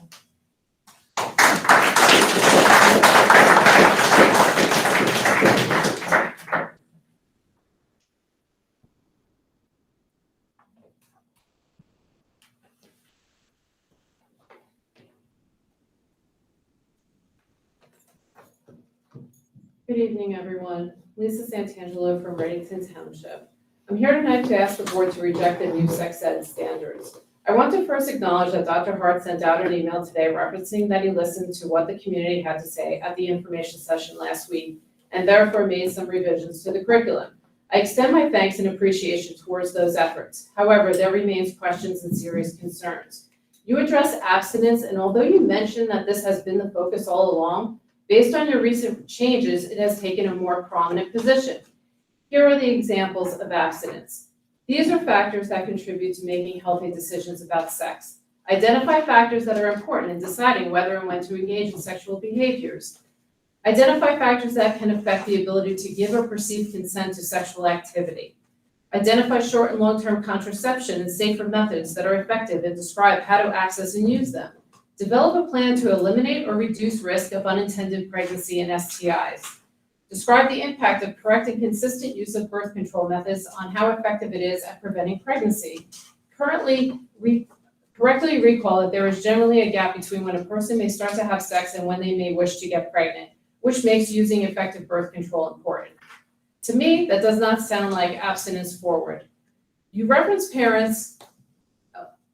Next, the curriculum defining oral, anal, and vaginal sex remains in the standards. You cite the CDC's data, which shows there's been an uptick of new STI cases of 53%, and these definitions will help decrease that number, except for the fact that this data pertains to 15 to 24-year-olds. This age group doesn't apply to K through 8 children. You reference parents as sex educators and refer to them as trusted adults. However, the standards also ask the children to identify trusted adults in school as well, clearly blurring the lines between the two groups. You make no distinction between the parent and school staff.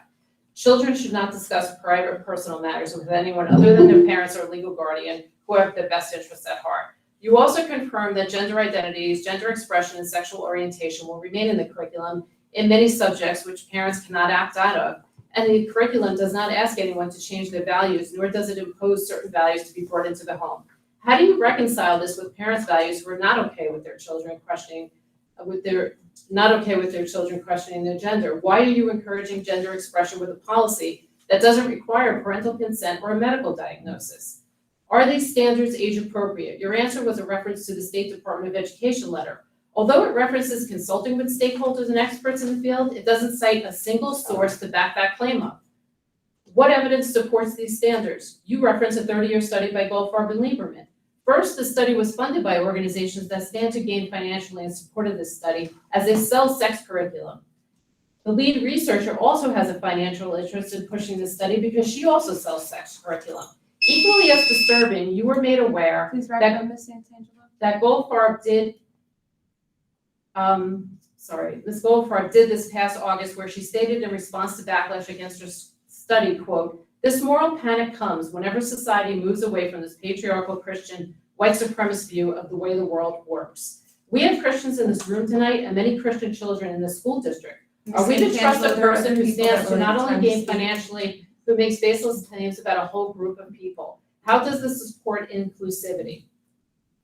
I just want to say that all these other previous meetings have never timed it. There was no heads up about it, so I would like to finish my statement. I don't have much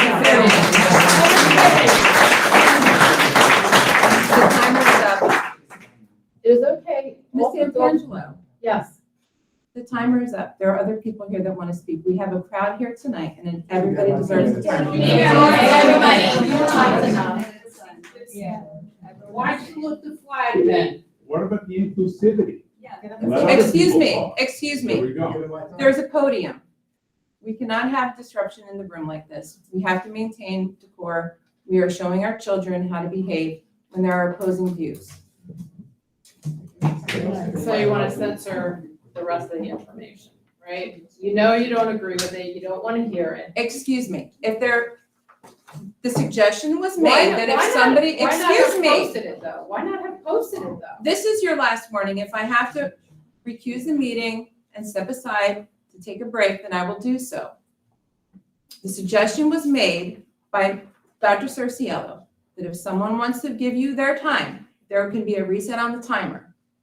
They can sign in and that would be their time. Okay, well, they would do that. Someone else can finish your letter, that's perfectly fine.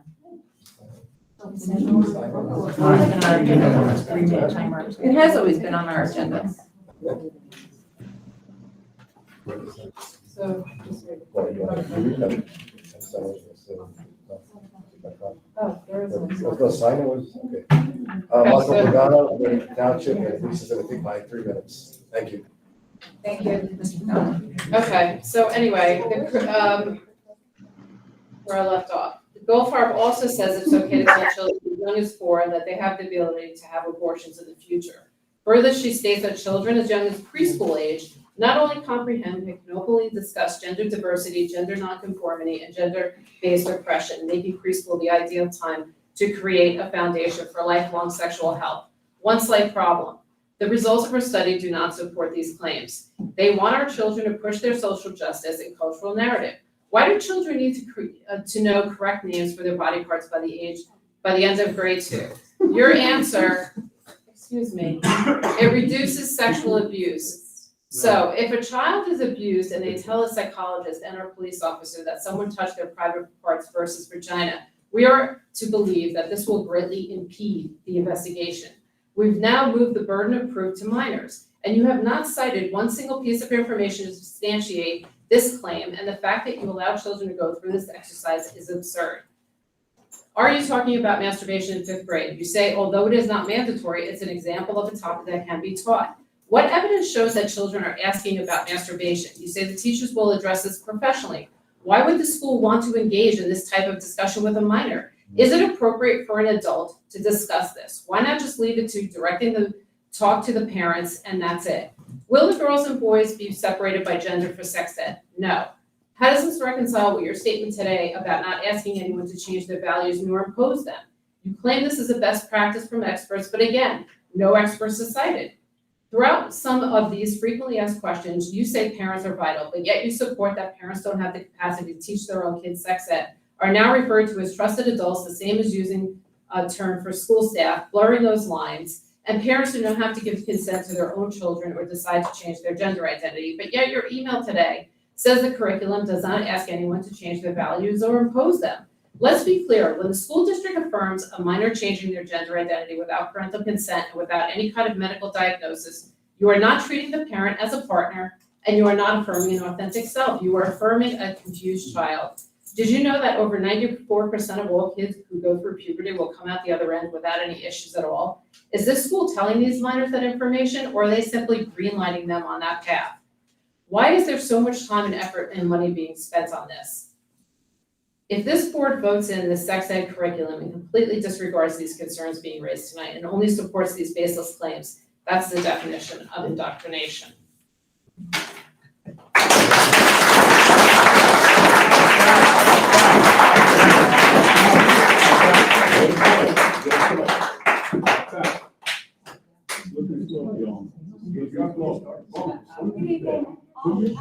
Everyone, please, we have to respect both sides, everyone's speaking. That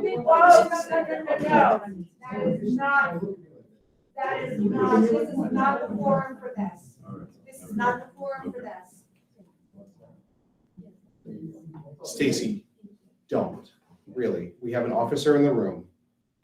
Don't stand in between people. Sorry. No, I'm, please don't put yourself in harm's way. Thank you for doing what you did, but please. I'm sorry. That's okay. Good evening. My name is Liz Duffy. That's not nice. We're not going to tell our superintendent to shut his mouth. Thank you. Okay? This is what we're teaching our children? Please stop. I'm sorry, Dr. Moore. Everyone, please, if we have to take a recess, then we can do so. We would like to hear both sides of everybody has the right to speak right now. We cannot be rude. We have somebody who's up at the podium to speak. Let's please be respectful. So I'm Liz Duffy. I'm from Reddington Township. I had 2 children come through the school, and I'm very much in favor of your adoption of the new health curriculum. I think Ms. Fiore laid out the work and the meetings, even during the summer, the evenings, and the time and effort and thoughtfulness that went into evaluating this curriculum is amazing. Board members are volunteers. This is time that you could have with your family that you spend working for the students of this township. I really, really appreciate that, and I think you've done a very good job. With respect to Ms. Santangelo's remarks regarding the fact that this was a big surprise that there would be a limit of 3 minutes, I would recommend that the next time she's going to attend a meeting, she might want to consult the agenda, because on the agenda it clearly states Roman numeral 4, paragraph 5, in order to provide sufficient opportunity for the public to be heard, a time limit of 3 minutes for each participant may be observed. I would also point out that number 6 says the presiding officer may interrupt, warn, or terminate a participant's statement when the statement is too lengthy, abusive, obscene, or irrelevant. I would recommend that you go ahead and do that if you need to.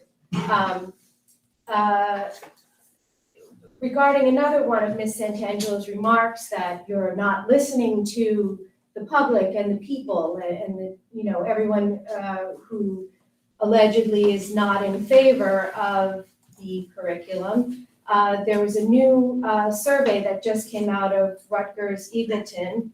It was released September 22nd, so it's September 21st, 2022, so it's very new. And it found that large majorities of Garden State residents are in favor of the content being taught in middle school. That would be 71% of the population are in favor of the content being taught in middle school, and 88% of New Jerseyans are in favor of it being taught in high school. Elementary school, the results were fairly even. But I think you are actually doing what the majority of the people would like you to do, and that is educate our children and have an inclusive environment. And I thank you for that.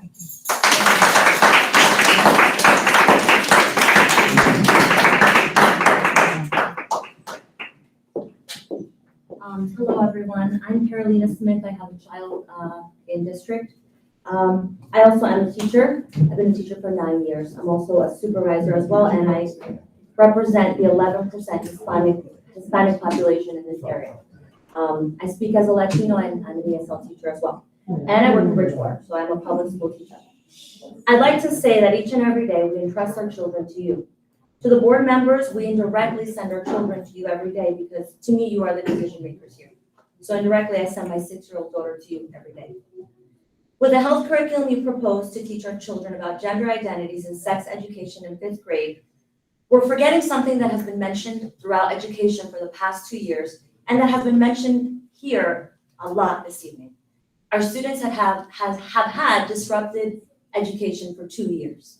So what that means in this example that I'm going to share with you is that we propose with the new health curriculum to teach a 5th grader about sex education and gender identity.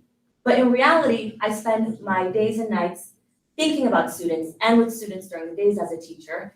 And I noticed that, as you all probably know in the room, some of our students are probably 2 years or so behind, either emotionally, academically, and need a lot of social emotional learning. What that means is that we are proposing to teach 3rd graders sex education and gender identity. I have been a 3rd grade teacher for over 5 years. I don't think that an 8-year-old or a 9-year-old is ready to make a decision on what gender they want to wake up and be tomorrow. I speak as a professional, and I speak on behalf of many Latino families who are in this district who are only 11%, but are over 10% of this district and cannot speak English and be here today. So I am their voice, and that is why I am here when I should be home with my family.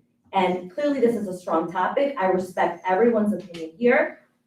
It's not your job to teach our children about life and sexual education. As a taxpayer, it feels like our parental rights are being taken away.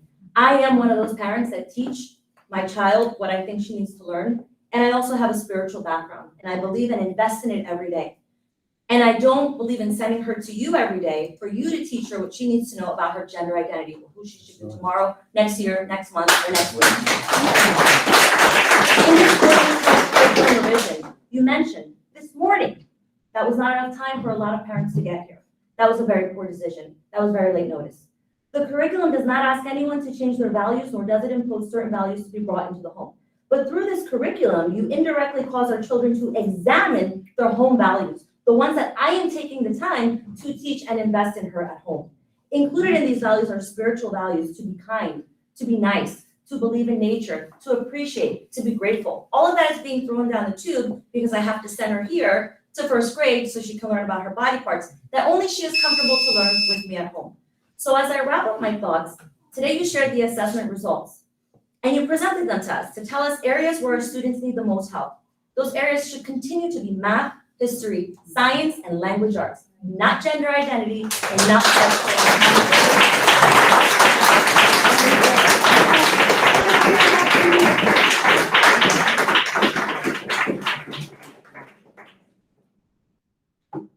Good evening, my name is Philip Maxwell. I'm a pastor of a church in Bridgewater, but I have church members who live in Reddington. Prior to being in the United States, I was the principal of a middle and high school for 8 years overseas. Now, according to the Hechinger report, education in the United States is an abject failure. The United States was near the bottom of 72 nations that participated, and of the 35 developed nations, the United States ranked 31st. Yet it spends more money per student than any other nation. Teaching this new sexual ideology in schools, I'm sad to say, will further dumb down America.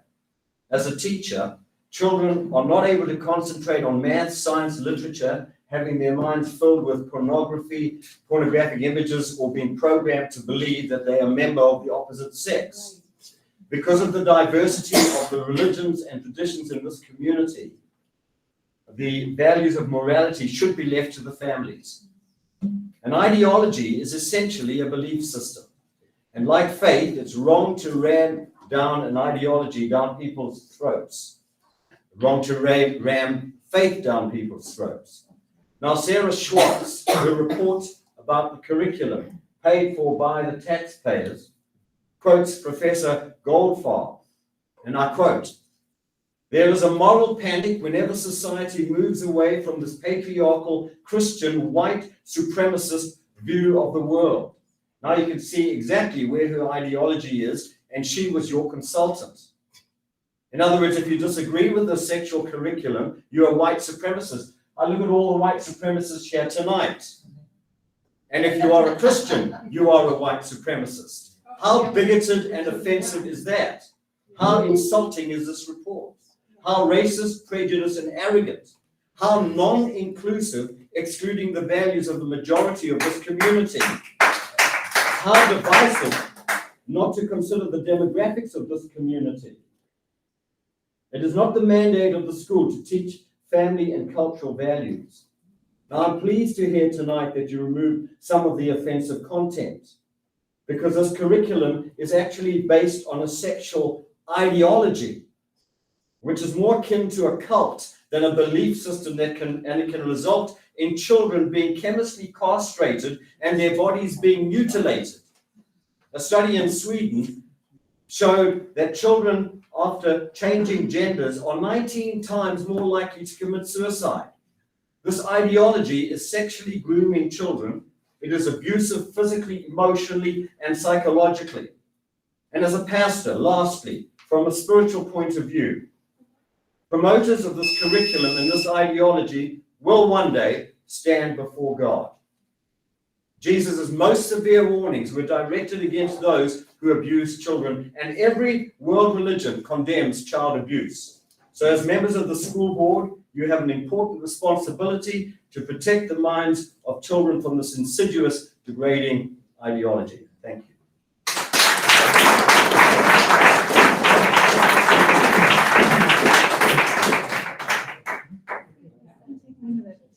Myself here from all these things I'm hearing.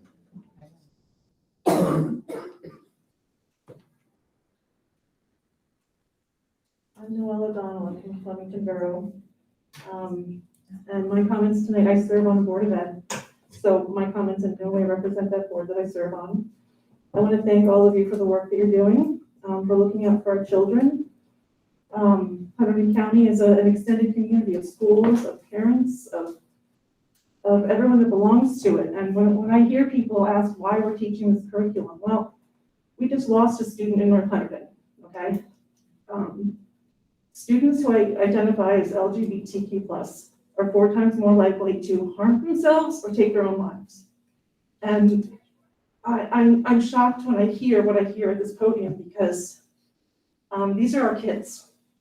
I've questioned standardized testing.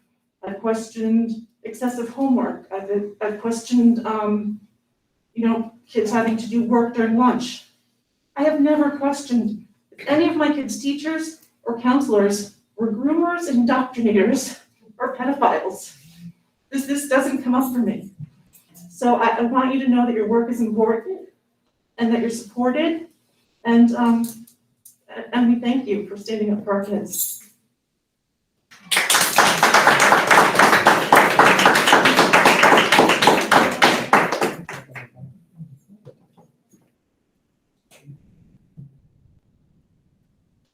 Hi, Lord. My name is Lee Mack. I have a daughter here in 8th grade. Mr. Hart and staff, thank you for listening. Am I talking loud enough?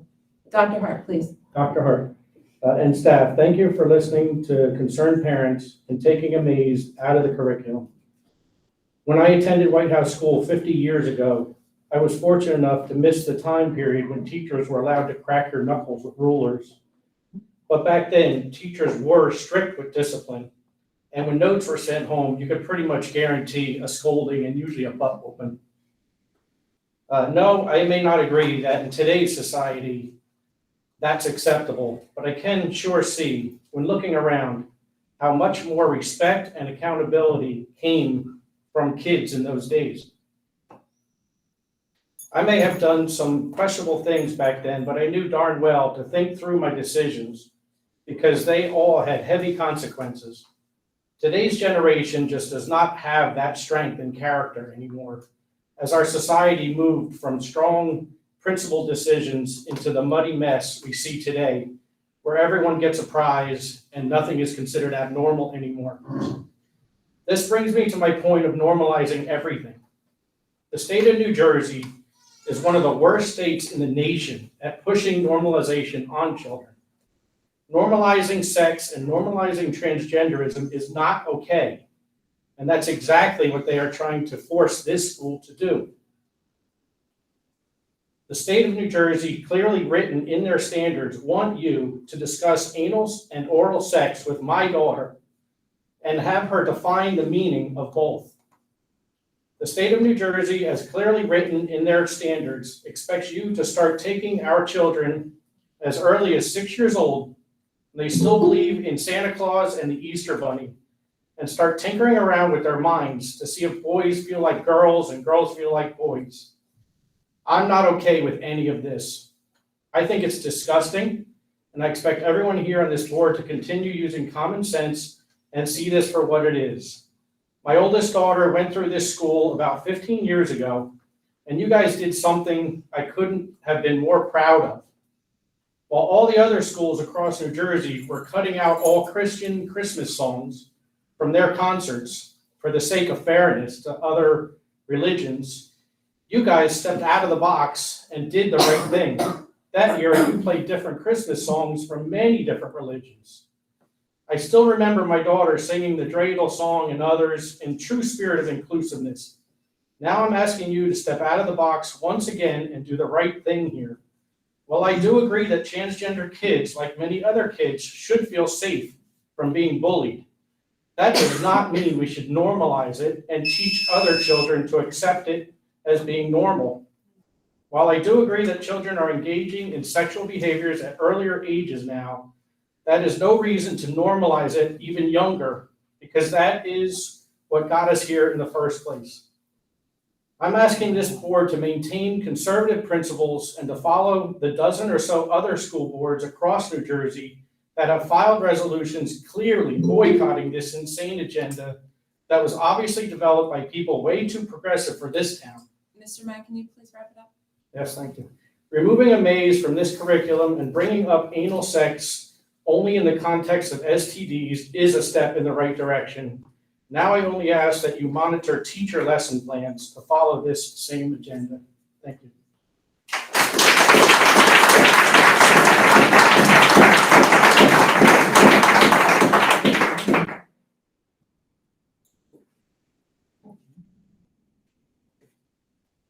Good evening. My name is Kelly Wilson. I have 2 children in 8th grade at Reddington Middle School, and I did not come prepared with a speech, so I apologize, okay? I've been a nurse for 35 years. I take care of every type of patient, okay? I teach my children at home to be respectful of everyone, whatever their choice is, okay? My question to you, in all respect, is there a financial gain to the district to approve this health program? Is there any financial compensation to the district to approve this? Question. Also, we teach about acceptance, right? Acceptance of gay, transgender. That is not my place to judge your child. It's not my place to judge you. But I ask you all not to judge my child, because my children are in that 2% of diversity in this district where we're called monkeys and niggers, okay? And it's not fair.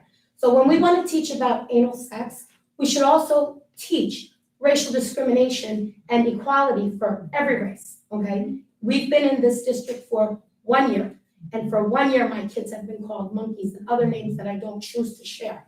Why don't we teach that instead of anal sex to kids that have been out of school? Listen, I don't have an issue with sex ed. It's part of life, but there's a maturity level, and with these kids being home due to COVID, the maturity level is not where it needs to be. I have spoken to teachers at back to school night that have said to me, okay, these kids, these 8th graders, they are so immature, so much more immature than we have seen in the past, right? So sex education is real, it's good. We want to teach our kids and make them responsible adults and responsible teenagers. But anal sex, I think it's a little overboard. I honestly do. My son is 13 years old. I try to protect him from pornography and molestation, and we have a Catholic foundation, and our priest just happened to be a molester, right? This is what I shield my child from, okay? Don't expose him to stuff that at 13, they are nowhere ready to handle. Sex ed, yes. That type of sex ed, you have got to set some type of limits, and parents should feel comfortable with it because we pay taxes here, we do. And that's not to say we're not inclusive of everyone, because we are all people, and we shouldn't fight with each other because we have concerns for our children. How immature is that, right? We are one person. We are all humans, right? We're all part of a human race. If we're Black, if we're white, if we're Chinese, if we're whatever. Why do we single people out according to color? And you have a serious problem in the school district. You honestly do. Last year, on your bathroom wall was a statement, "I will kill all niggers," made that my son read it at 11 years old, okay? That's discerning to me as a parent, okay? Because you know what? After 3 o'clock, those doors are wide open. I have one school resource officer traveling between, I will wrap it up, between 3 schools. It is a safety concern. Why don't we take some of this energy and make sure our kids are protected? All of them, gays, lesbians, transgenders, blacks, whites, all of them, okay? Let's be on the same page for the children. That's why we're here. Thank you for your time.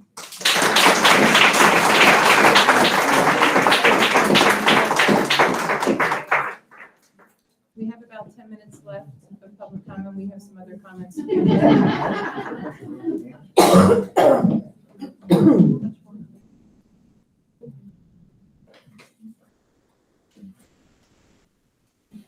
My name is Barbara Markowitz, and I'm also a parent of the 2%. I've lived in this town for 20 years and have seen it evolve. The only thing I haven't seen evolve over my last 8 years in this school system is the racial mix. We do not have one teacher of color in the middle school. We used to have Mr. Small, I believe, who was a great role model for my children. My son, as recent as last week, was not only bullied and called a monkey, but I had to go and jump through hoops to get this taken care of, to the point he has now been cyberbullied. He's an outstanding student and an outstanding athlete, and yet he's afraid. He writes on his text, he doesn't want to live. You can ask the people at the middle school what we have gone through the last week with watching him every single hour. You were on the email. I never got a call from you. So I want to know what Mrs. Wilson asked. What is the financial gain when so many towns in our New Jersey are opting out of this? What does this district make by accepting this policy? That's question one. And number two is, why don't we put as much importance as the diversity program as we are on, you can call it anything you want, it's sex education. I am also a nurse. So please answer those questions, Dr. Hart.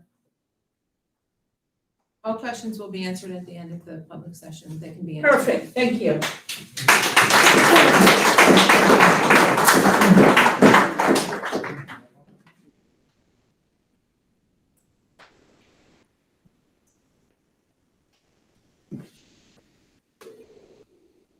My name is Dawn Welby, and I have 2 young children, one of whom attends White House School. I'm writing this letter to ask you to not approve this new health curriculum. I think it is destructive for our children, and I think that there is a lot more harm that will come than good. I attended the health curriculum information session on September 29th, and I personally was taken quite aback by the proposed changes. I understand that this is in response to the state standards, and I understand that that might impact funding for the schools. But there are many districts that have taken a stance, and I ask you to do the same. As a family from a minority background, I agree with teaching intolerance, but I also believe that there is a place in the home for teaching things that might be controversial. We do not ask to teach religion in school, and so I would like to ask why we are being forced to have our children taught values that contradict with religions. We do not have a specific session where every student must learn about certain books about different faiths. We don't impose these things. In a classroom, if a child is from a different background, whether it's a different religion, a different race, or a different gender identity, you can bring that forth and educate that classroom in an appropriate manner. We do that for our religions, and the teachers have always been more than accommodating, and it makes my child feel included. It doesn't mean that every single child in every single classroom in this district has to constantly be exposed to things that they might not agree with.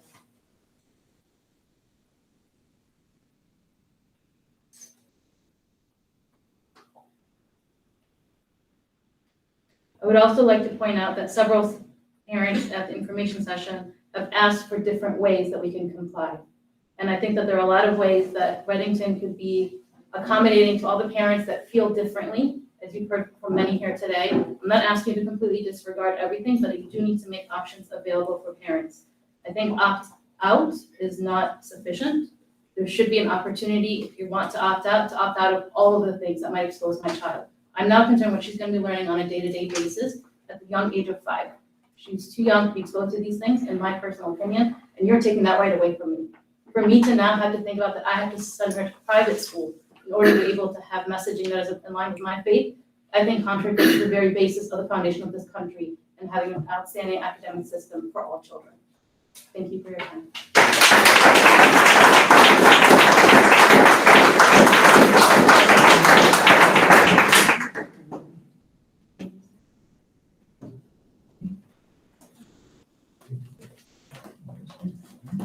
Good evening. My name is Deborah Lieben. I'm a mother of 4, 2 of whom attend White House School.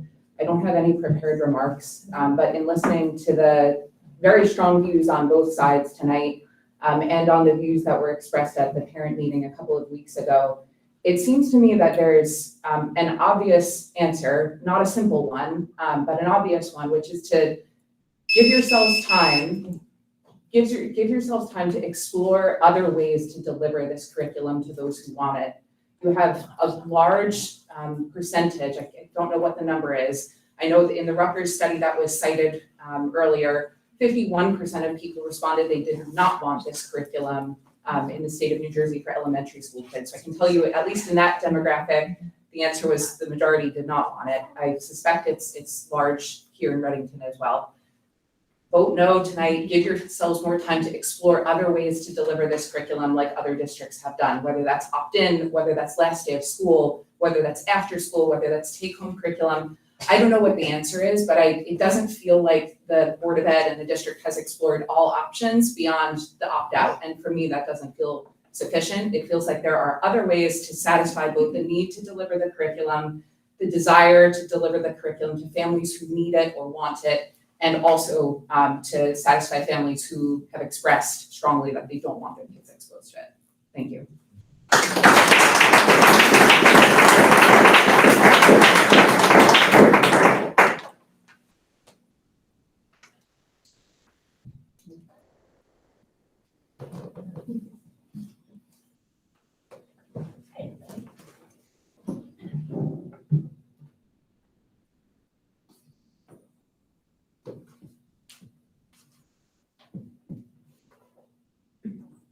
I'm Robin McCallion. I am from Readington Township, and I'm here to express my thanks and gratitude with the amount of time and effort that you have spent on this curriculum. I don't think it's any secret that I was a member of this board at one time, and I know what goes into those type of decisions, and I know that this hasn't been handled lightly in any way, shape, or form. So I would like to commend our teachers, our administration, our Board of Education, for your transparency, quite honestly, in the vast efforts that you've put forth to help quell the fears of some of the families in our district, and really above and beyond what I've seen in a lot of other districts. The public meeting that you did, I haven't seen any other districts that have put that much publicly out there, curriculum, examples of lessons, all of that. To really quell the fears, again, of some of the families in our district in regards to the state's amended health curriculum. Our district has always gone out of the way to ensure a safe and appropriate education for all of our students. The amount of teachers that show up at board meetings all the time speaks for itself. The district I work in doesn't happen. The amount of effort and just time that they put in outside of the classroom has always been very, very much appreciated. Furthermore, I would also like to applaud your continued progress in making our schools, including our curriculum, look more like every family in our community.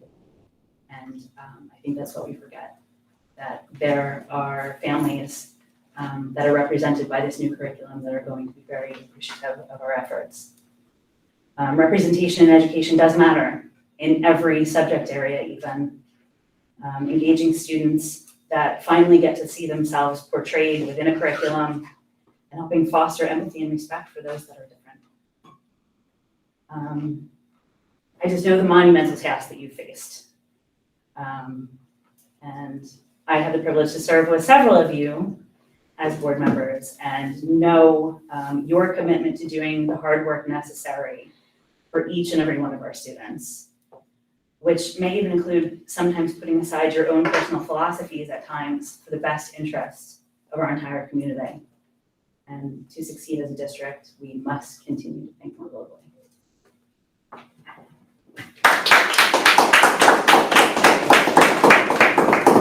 Good evening, my name is Amy Frida. I've lived here since 1984.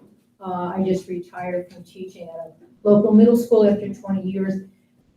18 of those years I taught sixth graders, and the last 2 years I taught eighth graders. And I can attest to what a few people have said. The children right now are extremely immature for their age.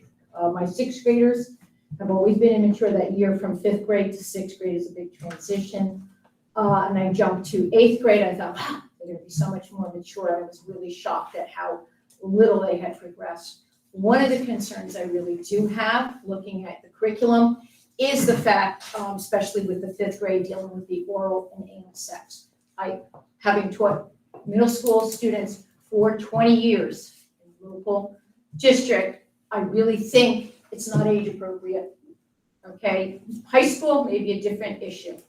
And what really concerns me is that a few weeks ago you had a meeting, and one of the tools that were going to be used was decided, I guess, after further reflection, that you weren't going to use it. I guess it was the maze model. The fact that that was even considered and brought before the parents really makes me, as a parent, hopefully soon to be grandparent, and as a teacher, really wondering, why did it take so long? Why was that even on the table? Was that not looked at very carefully? And I did see that because it was posted someplace, and so I did see some of the presentation. So the mere fact that a few weeks ago that was actually being considered by this district makes me really question whether or not I would feel, thank goodness I don't have any children in this district now, that I would even trust the Board of Education's opinion, because you brought that to the public and there was such an outcry. So maybe a previous parent is right. Maybe this should be tabled a little bit further to really look at what you're doing.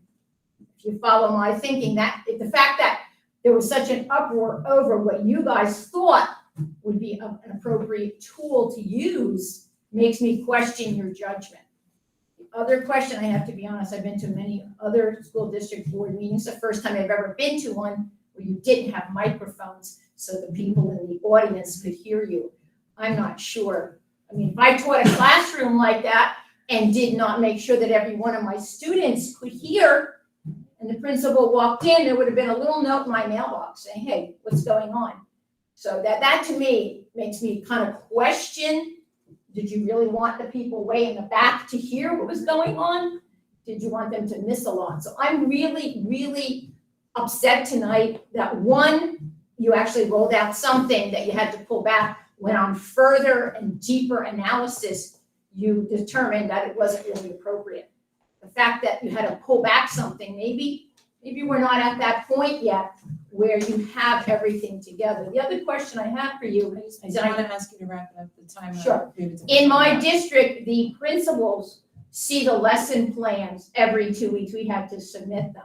So with respect to the history, the health curriculum, can you assure that before anything is taught with respect to the sexual component of the education, that the principal in each building will actually look through and sign off so that he or she can be responsible for something that maybe comes across that wasn't what the parents had thought? Because I know if you're following, for those people who may not know how lesson plans are done, you usually submit them to your department head or your principal, and they usually sign off on them or look at them, and sometimes they look at them, sometimes they don't have time, they're very busy people. But with respect to the health curriculum in the areas of sexual matters, gender, can we have our individual principals verify that they've looked at them and they approve them? In other words, I want someone to be responsible if something comes across that really wasn't appropriate. I want someone individual to be responsible for that. because it's a lot easier to push along, so we weren't aware. So, you know, are you willing, Dr. Hart, to have your principals sign off that they actually examined? So if there's any videos that are shown in the classroom, especially with respect to oral and anal, that the principals are aware of what exactly has been given. Thank you.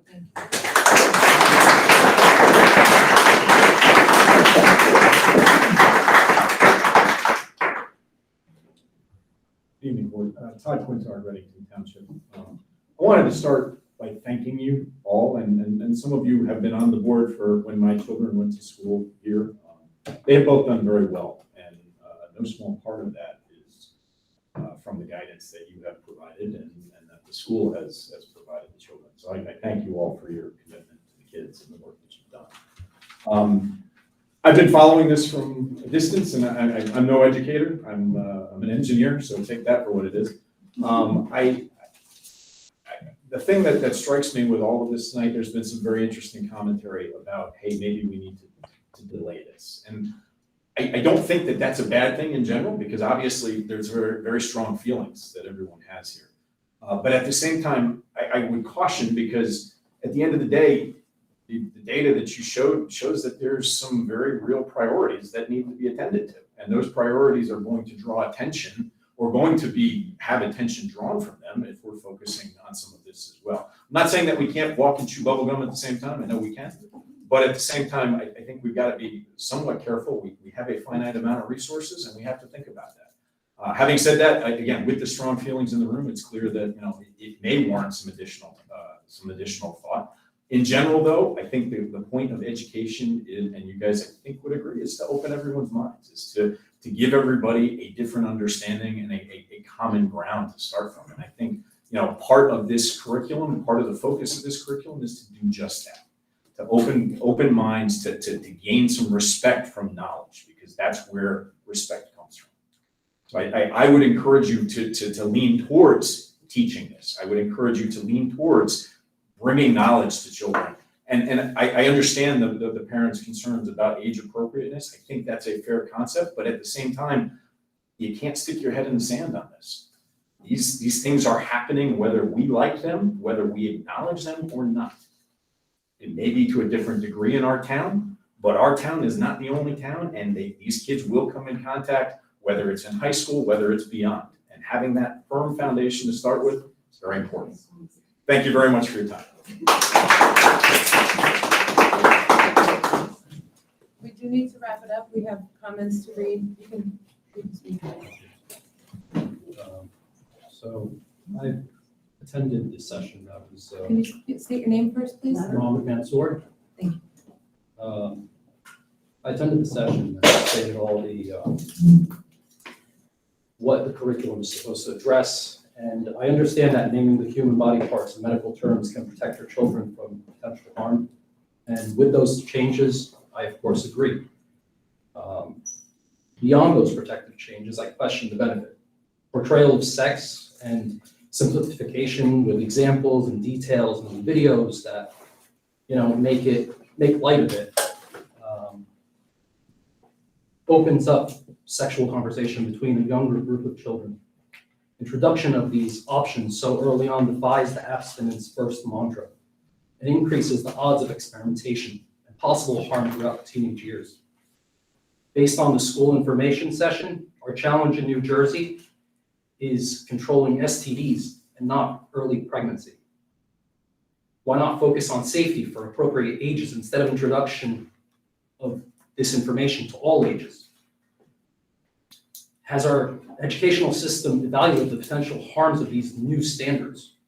Or are we just taken by what is provided to us? As you vote, please remember that interest groups once convinced doctors to test, approve, and advertise the destructive habits of smoking. It wasn't until years later that these doctors discovered the harm. Please limit the extent of details on these topics in our educational system for younger ages. Please do not approve these changes. Thank you.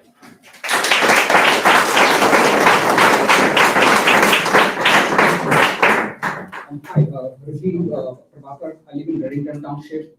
I have two daughters in the White House School. And again, I'm not a teacher and I speak fast, so you will not have a problem of 3 minutes.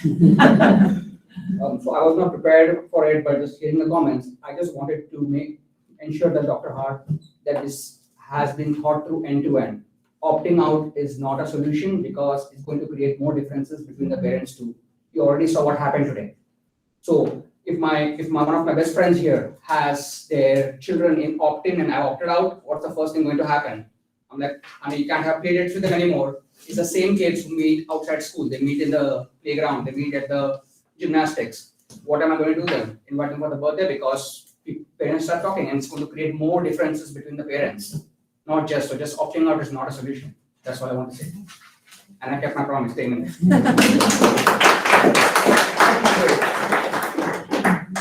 My name is Lori Fisher. I want to again thank you guys for what you're doing. I appreciate the time that you've committed. Many years ago, I sat in your seats. So thank you and God bless you. One of the things that came out of my serving is we had a very diverse board and we listened to everybody's opinions. And 100, maybe 99% of the time, we voted unanimously because we were concerned about the children. And I believe that what we're doing right now is important to teach them inclusivity, whether it has to do with different backgrounds, gender choice, things like this. I still currently volunteer in the school.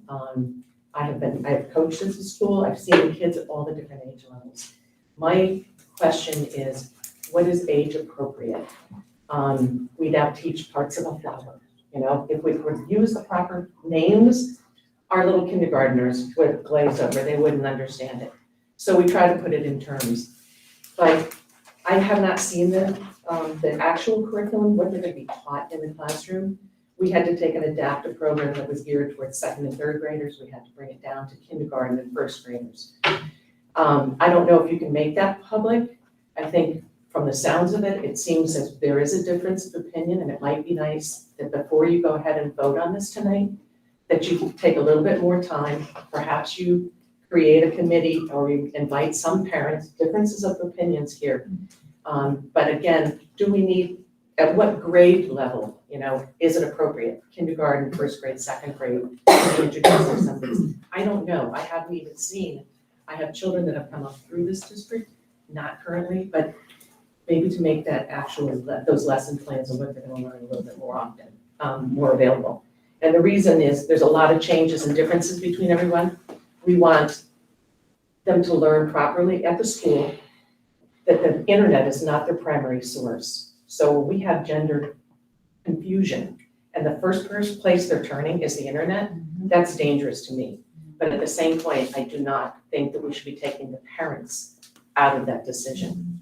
So I would encourage there to be more discussion and that you hold off on the vote. We have to close public comment now. We have comments to read from online and we have, so you can be our last speaker. Okay. Hi, my name is Ari. I'm from Reddington. What's your name again? Ari, A-R-I. Thank you. I oppose the whole new sex education program. Sex ed belongs in school, but I believe in the K through 5, K through 2, this whole curriculum, it's just not age appropriate. There's certain things you can teach, but in terms of the whole gender part, I think it should be avoided. What I would ask for is if the board would consider all the parents, every child that goes to the school, get a vote. The way you guys are deciding, get a vote from everyone. Simple as that. Yeah.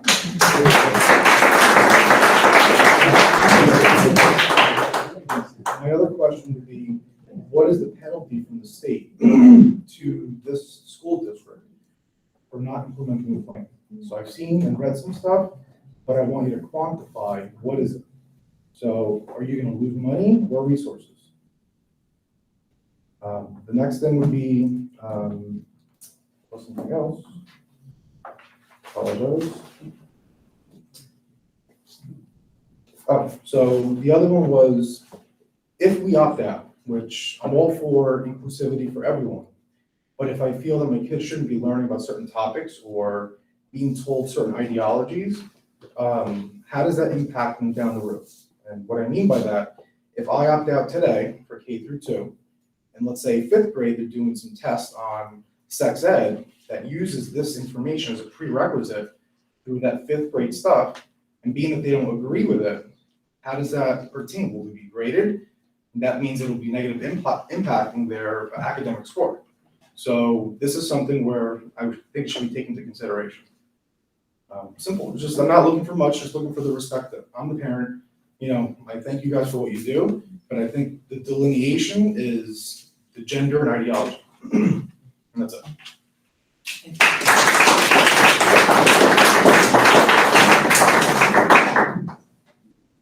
So Ms. Betterman, if you could read the comments into the board, and I believe we have a letter. No, the people that wrote letters were both here Oh, okay, and spoke tonight. I checked their names. thank you. So you want me to read the comments online? Also, David Nader had his hand raised. I don't know how you want to handle that. Yeah, that wouldn't be fair, so yeah. David Nader, Yes, if you, yeah, your turn. great, thank you. So I just wanted to give some perspective to sex education in this country, and I'm reading from Dr. Thomas Sowell, as a world-renowned economist and social commentator.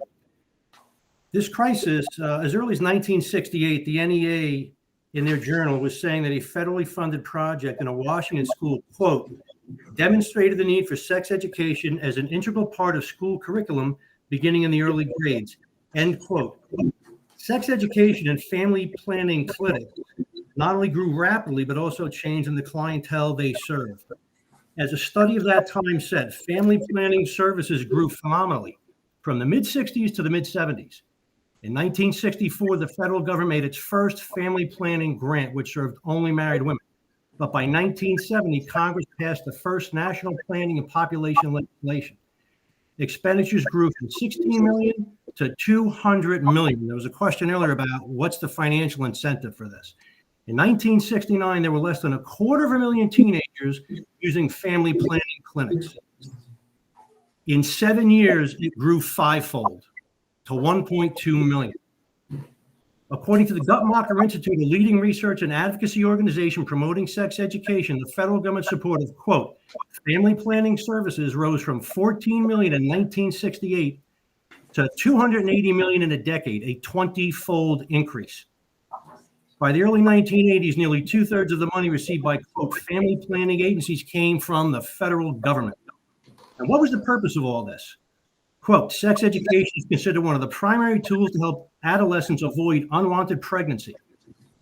And we saw four steps. First, we were told it's a crisis. It was claimed that contraception education and counseling is now urgently needed to prevent pregnancy and illegitimacy in high school girls. The head of Planned Parenthood testified before a congressional committee in 1966 as to the need for sex ed, quote, to assist our young people in reducing the incidence of out-of-wedlock birth, and early marriage necessitated by pregnancy. The incidence of venereal disease among young people was cited by the head of the New York City Board of Ed as showing a need for, quote, a crash education program. And an article in the American School Board Journal depicting sex education as a way of combating, quote, illegitimacy and venereal disease. Now, what happened? Once these sex education programs were started, and before these sex education programs were started, fertility rates among teen girls had been declining for a decade starting in 1957. Venereal disease, the rate of infection for gonorrhea, for example, declined every year from 50 to 59. The rate of syphilis was by 1960 half of what it had been in 1950. And yet we were told that this was a crisis that must be solved with sex education. The solution was massive federal aid to education programs and schools and to family planning. Now, what was the result? The results were as sex education programs spread widely through the American education system during the 70s, the pregnancy rate among 15 to 19-year-olds rose 68 per thousand in 1970 to 96 per thousand in 1980, an increase of 41%. Mr. Nader, wrap it up, please. We've reached your time limit. You can wrap it up, please. Right. So my point is, you've got government once again getting involved in this, and so I can't read the whole thing. The offshoot was that many of the commentators in this really discussed their desire to change sexual norms in America. They had no concern whatsoever for stopping unwanted teen pregnancy or venereal disease, and in fact, their actions exacerbated those two issues. Thank you.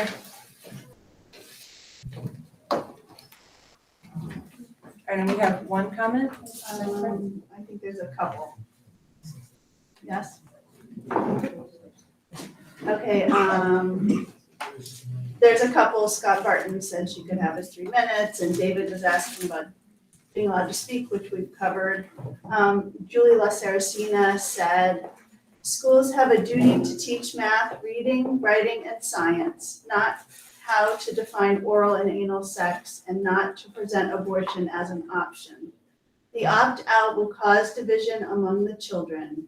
There are topics that must be left to the family and are not the place of public school systems. Then there's one last comment that I'll cover, and that is Carolyn Sherwood. She says, if we are supposed to trust the teachers and that the curriculum will be taught within all of our family values, then why is it that Dr. Hart knew nothing of when that teacher asked his 6th graders, I believe, their pronouns on the first week of school? I know that this new use of pronouns goes against the beliefs that many of the families I know have. With this said, how can we be sure the teachers and the conversation will be inclusive for all of our values? And that's the last comment. Okay, thank you. That concludes public comment. Dr. Hart, did you want to address anything? I do think there were a couple of questions that I can answer for the board and for the public that's here tonight. Mr. Rizza asked about what does it mean? What does a trusted adult mean? And what might that mean, or what might that look like in the classroom? And my understanding of where this is coming from stems from the fact that families often look very different. We use the term parents for those people that are at home that students go home to. Well, we have parents. Some individuals are raised by aunts or uncles, grandparents, foster parents, and others. So the term trusted adult, my understanding, is supposed to be this broad term of someone that you can trust, an adult you can trust at home or in school. It could be a teacher, it could be a coach, it could be something like that. The way the teachers, I believe, we saw this a couple of weeks ago in the parent information session, the teachers would handle this would be to ask the question of students and maybe make a chart of the people, the trusted adults that they would talk to.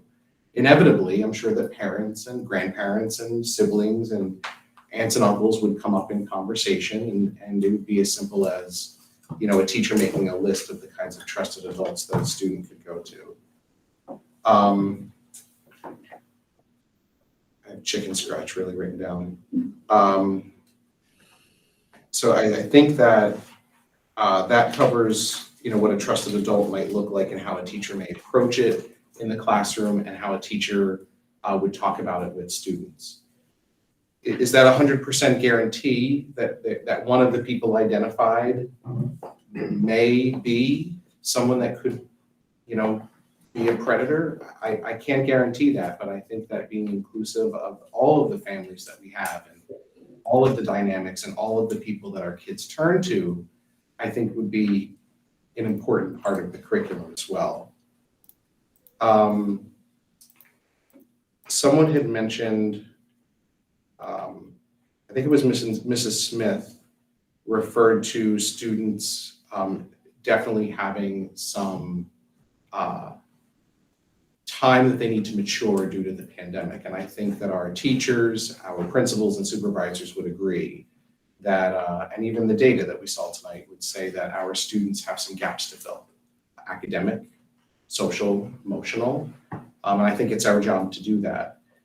I think that I want to clarify that there might be a misunderstanding that we're asking children as young as 2nd grade to select a gender or gender identity. And I want to clarify that the curriculum doesn't ask students to do this, but rather acknowledges, not even as young as K2, because that's not developmentally appropriate. In grades K2, students are seen as male and female boys and girls. When we get older into grades 5 and into grades 6, 7, and 8, there's an understanding that we are accepting of all, regardless of their gender identity or gender expression. So the statement that I believe was made that we're asking children to choose is not in the curriculum. The statements that we've talked about in terms of having students be accepting of others is what's in the curriculum, and we come from various different types of experiences. There was some discussion of the Amaze videos, and I'm sorry, I forget your name. I know that you're a former teacher. Manfreda. So the Amaze videos, there were 4 Amaze videos that were piloted last year in grades 4 and 5, without issue, without concern, without parent interaction that were provided to parents in advance prior to the instruction. And if my recollection with my conversations with Ms. Pouch is correct, that even when we showed parents those Amaze videos last year as we piloted them in grades 4 and 5, once we showed the videos to them, they chose not to opt their child out. In fact, their child participated in those piloted lessons.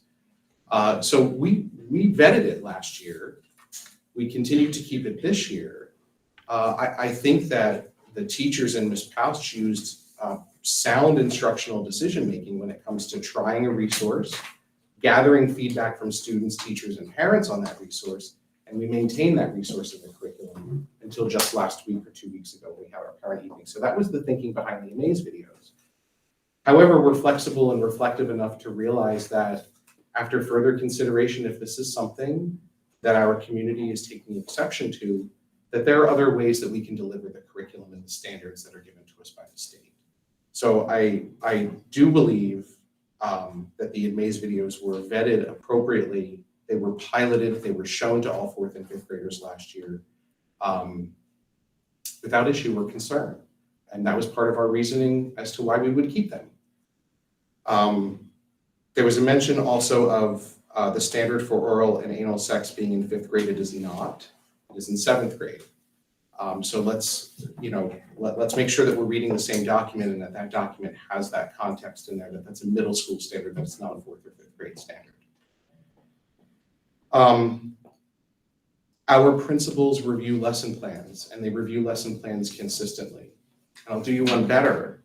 Not only do they do that, the supervisors do it as well, and prior to teaching sex education in the spring, a letter will go out to parents with the exact topics and the dates the topics will be taught, so that the parents know what topics are being taught in advance of them being taught with the opt-out letter.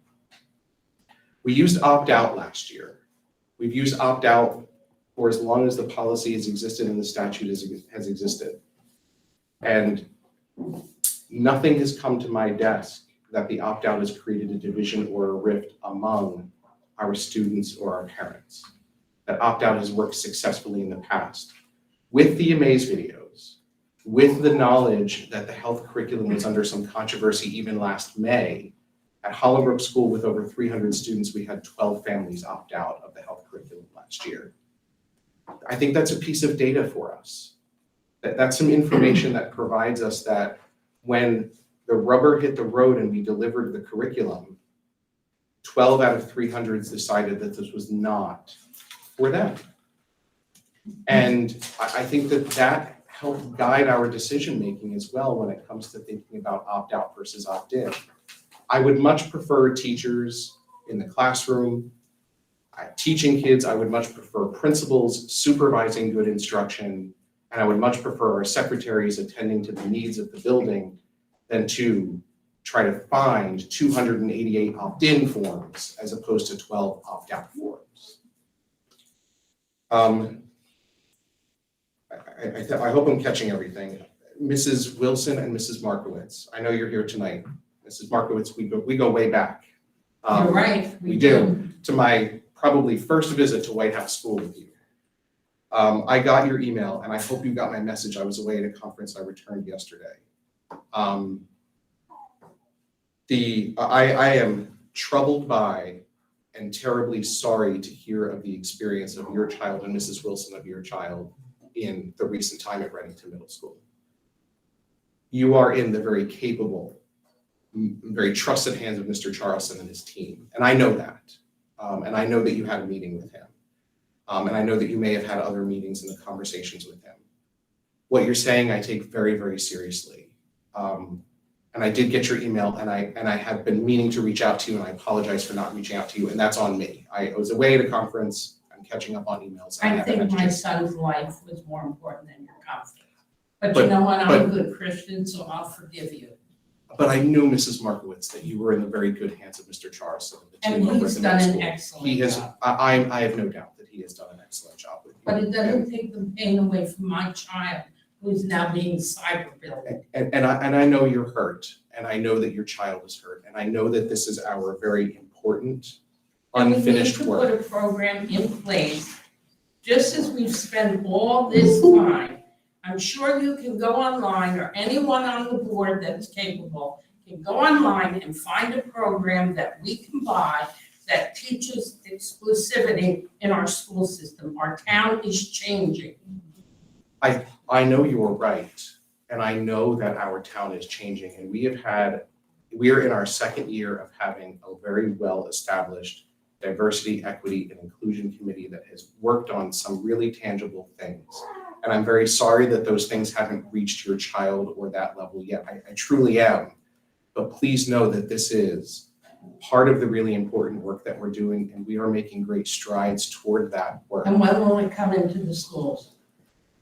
Mrs. Markowitz, we are working on it. It is in the schools. It has been in the schools with things like this curriculum, our new social studies curriculum, our electives. It is there through our BOE Meeting program. I mean, it is there. But it's not going out to the parents, and I think most people would agree that that kind of language comes from home. A child just doesn't develop that, and it doesn't pick it up the ground on the way to school. Those kind of words come from home. I hear them in the supermarket about the people that have moved in the lower and moderate income. I hear it in bishops, people talking about it. So it needs to go past the student, and a letter needs to go home about it. And so I appreciate everything that you've done, honestly, but my son's here for 6 more months before he goes on to private Catholic high school, okay? 6 or 7 months of nonsense after we dealt with it all last year. I'm sorry, but that's not good enough.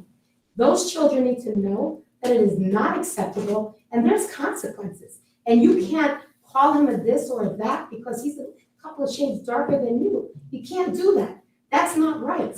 And it should be addressed now. Now. Set And the actually, precedent, Dr. because Hart, we've been in many school districts. We've been to Princeton Academy, and we have never faced discrimination racially the way we have here as a family. And it's embarrassing. This is not 1950. We share water fountains and bathrooms. My house is probably cleaner than anyone's here, okay? I'm not here to make an outrageous statement, but next year is not soon enough. It is not, because that's not helping my child today and tomorrow from him not wanting to be here and not feeling welcome and getting made fun of because it's a little bit darker. I don't like it, and it's not acceptable. And next year is too long. Next year is too long.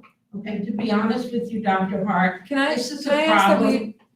Perhaps we can have you two parents. Excuse me, I was speaking. But this is a Dr. Board of Hart. Education meeting. We have a lot of business to I finish tonight, and understand, but he was I would love to answering my have your question, voices and heard. I was responding to his.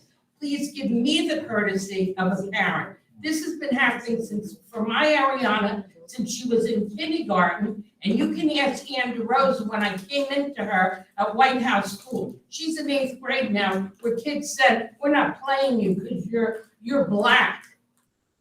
I do not want to be disrespectful to you at all, and I want to protect your child. And I don't know if it's something. what I'm trying to Talk is suggest cheap. is We live in a very affluent area. if we have to take another adjournment or take an adjournment, then that's what we'll have to do. We have a lot of work to complete with the Board of Education tonight. There is a diversity group that perhaps you can both participate in. I think that would be. I think that would be great. Will you send me the information, or are you too busy? I will. Mrs. Markowitz, I'll give you a call. Thank you.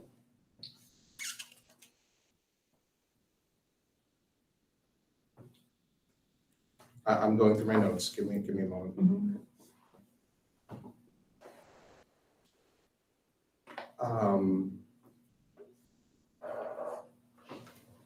I think that's all the questions that were received. Oh, I'm sorry, there is no financial gain to adopting this. This is a curriculum that is driven from the State Board of Education and the state standards. There is no financial gain. When it comes to implementing state standards, we are held to something, first of all, we have something called QSAC, which is our quality assurance accountability that ensures that we are following state standards. It ensures that district operations are operating the way we need to in regard to policy and regulation. It ensures that we follow personnel laws. It ensures that we follow all financial obligations set forth by local and federal government. Every 3 years, we are audited by the state in terms of this QSAC. This audit will tell us how we are doing in terms of following standards, district operations, policy, personnel, and fiscal matters. They will come in and grade us on some of these things. The consequence could be that a rejection of state standards would be picked up in QSAC. It would be something we would be audited for, and it's something that the board would receive a corrective action for. As far as financial implications, there could be, and I do believe that I read somewhere that there could be some financial withholding of districts that choose not to adopt state standards. If that occurs, if that happens, then that means that there could be some less state funding for the students here in Reddington. I think that's everything. Thank you. Excuse me? Okay, Just a quick question, just that. we're close to public comment now, so we're gonna move on with the rest of our board business. This is my question. It's just about quantum. You can email follow-up questions to the board and to the department. Moving on, we have board goals for the 2022-2023 school year in the portal. There's a draft. We have our focus goals. Did everyone have a chance to look through these? So we have focus goals. Oh.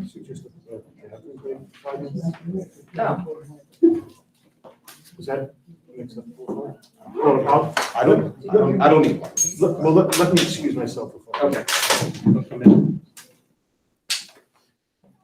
If he's going up.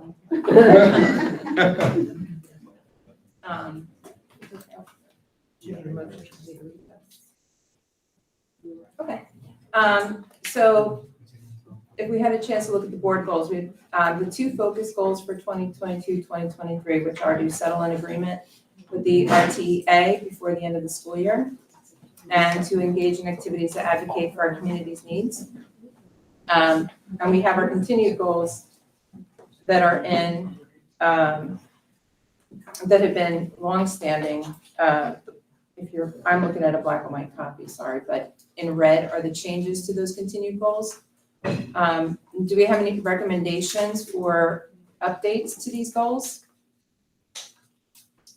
Recommendation, but for the goal for creating the supports and structures for a sharp, clear focus on academic achievement.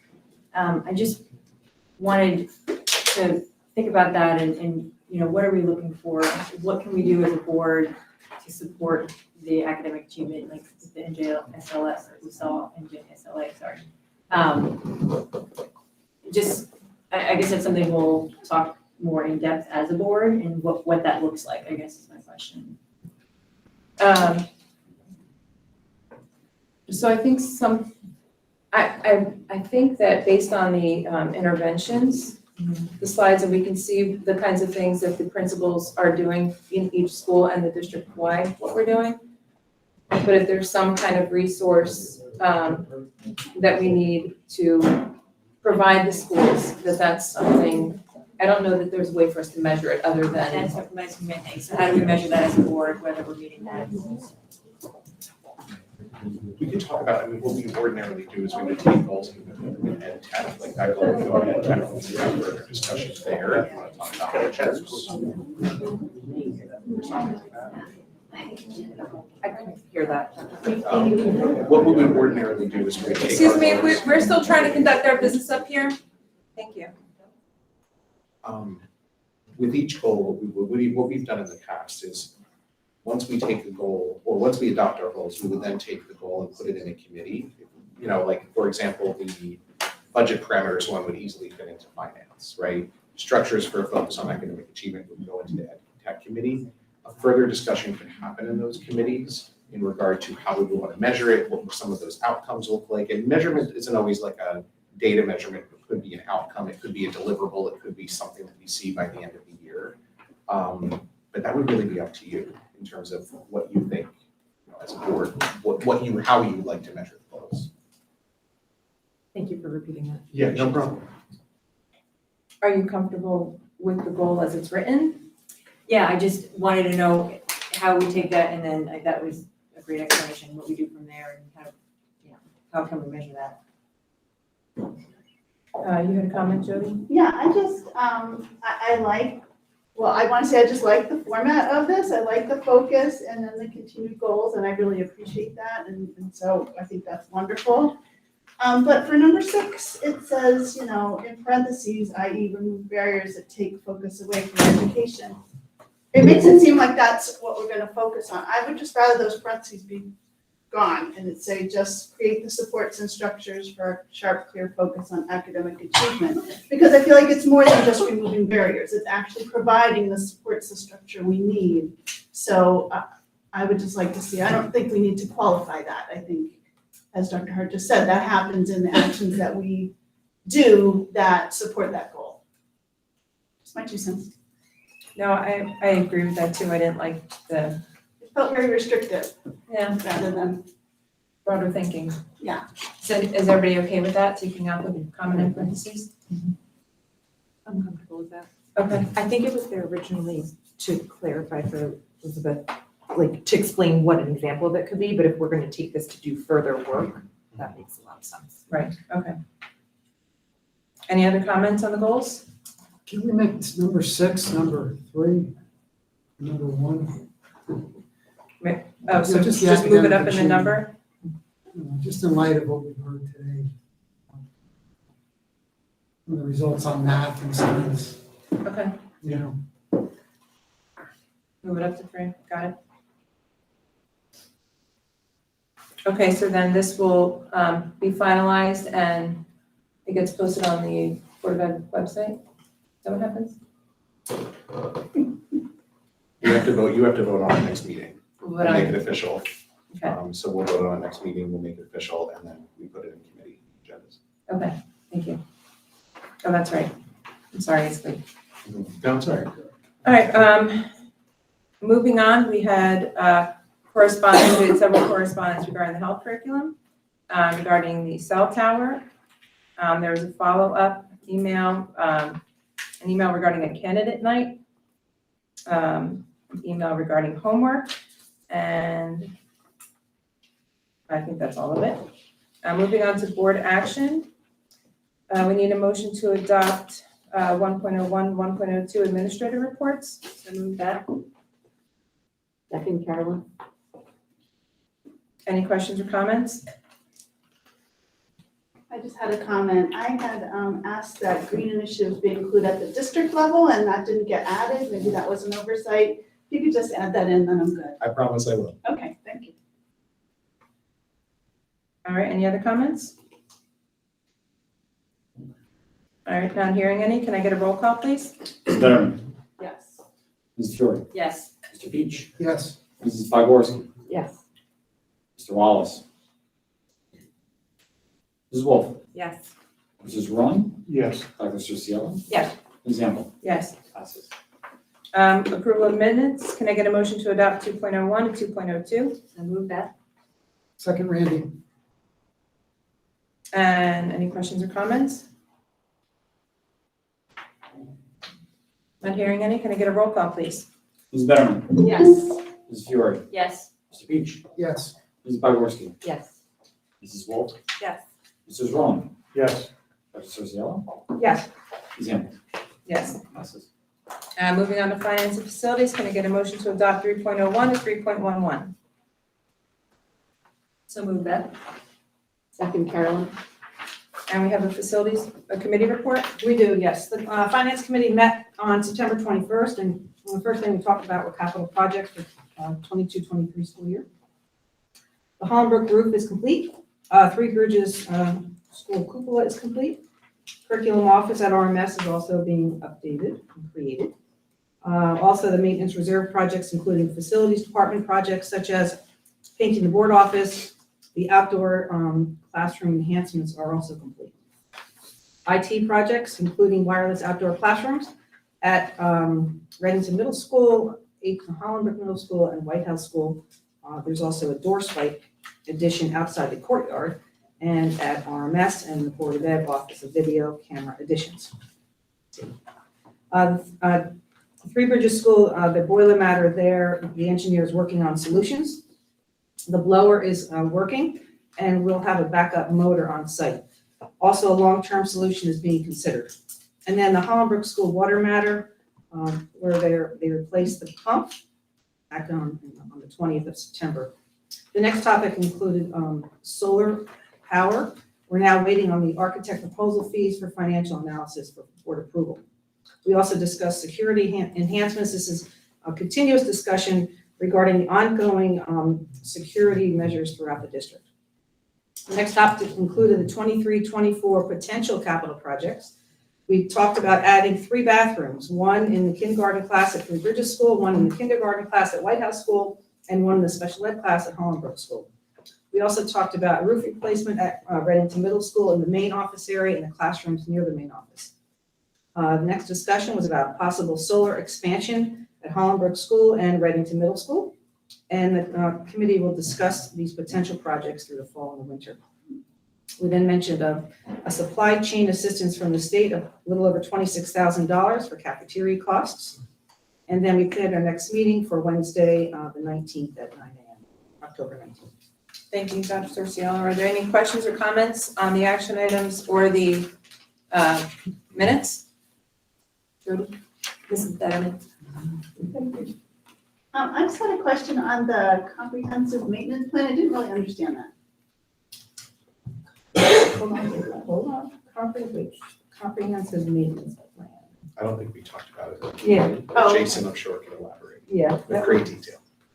It's a required document at the state level, that has to be, it's a state report. Is this a new thing? No. Or is this, okay. It's we do this all the existed time? for decades.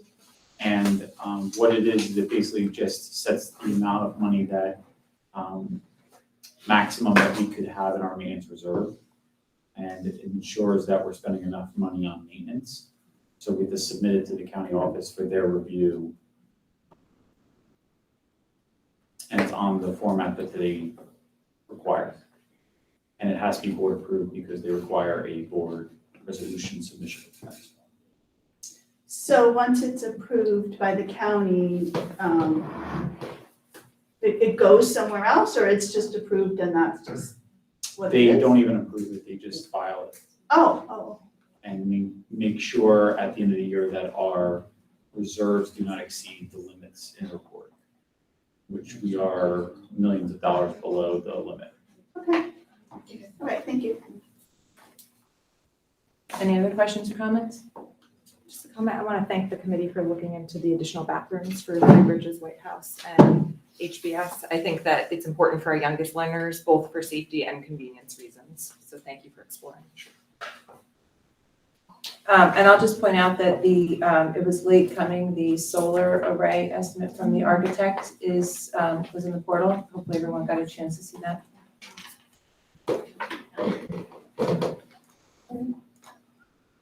Do you want me to give a 1-minute summary? Yes, please. Yeah. So we've been waiting for the architect to provide a proposal on cost to do an analysis for solar for over a month and a half. We've discussed solar expansion in the Green Committee for over a year. We've had successful solar installed for over 4 years and saved hundreds of thousands of dollars over that time because it provides a lower utility rate. It also provides learning and lesson plan opportunities. So the decision to expand was also vetted at the finance committee level. And we are waiting for specifics from the architect who the committees chose to move forward with. The proposal inside there has a range because it really depends on what the committees decide they want to do. But in essence, the analysis will cost $15,000. And that will include all 4 buildings expansion. Those costs will be wrapped into a PPA agreement, which will be funded by the winning vendor of the solar array when it is bid out, if it's bid out. So there would be no impact to taxpayers. So to put it in perspective, the $15,000 that is being proposed here, we spent in over $100,000 on a consultant 7 years ago, but that was inclusive of construction. Some of the items that are included in the proposal include construction-related things, which is like environmental testing of the soil if we decide to do ground raise, building loads on the roof if we decide to put stuff on the roof, canopy, weight limits, things like that. So specific engineers that would come out and have to do specifics at each school are included in the final chart and their prices, but we would not need to use all the things in there because the scope will be limited by the committees. But what you basically see in the attachment is a $15,000 study and then part of more fee if we decide to move forward with it. There would also be other fees that the board would have to approve later on, which is an ability to bid, legal fees, and so on. So what you'd be approving tonight is a $15,000 consultant fee by our architect to do an analysis of the potential expansion, which would then be vetted at the different sites on what you would choose to do at each site based on whatever the community and board and staff are comfortable with. And if you choose to table or something else, we would just go back to the committee to review it once again. So the initial consultant analysis would do a financial analysis of the feasibility of different installations. And then if we found out that a particular installation was not economically viable, then the costs associated with that engineering for that installation would not be incurred, obviously. Correct. And then finally, all the costs associated that would be ultimately wrapped into the PPA. So there would be no cost to taxpayer, would just be part of the rate base for the electricity that we get from that. Which would still save us money based on, you're required under state law to save money. Yes. So all those fees would guarantee savings regardless, because the board is not allowed to proceed with solar if it does not save money by state law. I mean, the electricity comes at a fixed rate, and considering that electricity is a commodity and that there is electrification of the fleet generally in the United States right now, the demand for that commodity is going to be rising, and the price for that commodity will be rising as well. So there's undoubtedly will be increasing saving as time goes on. That was longer than that, I apologize. Any other questions or comments? And if there's a request to table it, then please do so now.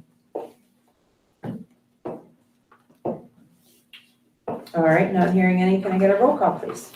Mrs. Fetterman, Yes. Mrs. Fiore, Yes. Mr. Peach, Yes. Mrs. Bogorski, Yes. Mr. Wallace, Mrs. Wolf, Yes. Mr. Zerone, Yes. Dr. Susiello, Yes. Mrs. Hample. Yes. Passes. Moving on to education technology, can I get a motion to adopt 4.01 to 4.05? So move that. Second, Carolyn. And we have a committee report? We do. The Ed Tech Committee met on October 4th. We discussed curriculum revisions. Mrs. Pouch presented the following curriculum updates: physical education, K-2, 3 to 5, and 6 to 8.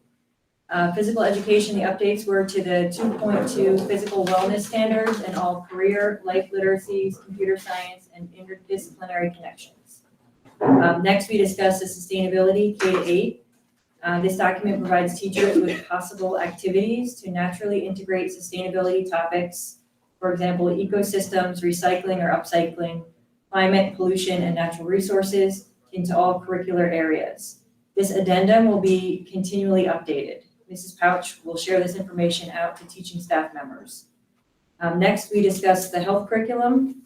The committee discussed feedback from fellow committee and board members about the 2020 NJSLS, the Learning Standards in Health, as well as feedback received from the community at the parent information session. Once these changes are incorporated into the final document, it will be uploaded to the district website once completed and reviewed, likely Thursday, and not wait until the typical posting of documents on Fridays before board meetings. Next, we discussed the NJSLA assessment, the presentation that we saw tonight by Dr. Brown, Ms. Pouch, and Mrs. Beagle. And lastly, or not last, we discussed the Fall Teacher Academy catalog. Dr. Hart briefly reviewed the Teacher Academy catalog with us. We discussed the in-service schedule for staff in-service days on October 17th and 18th. And we scheduled our next meeting for November 14th. Thank you, Mrs. Curry. Are there any questions or comments on the committee report or the action items on the agenda?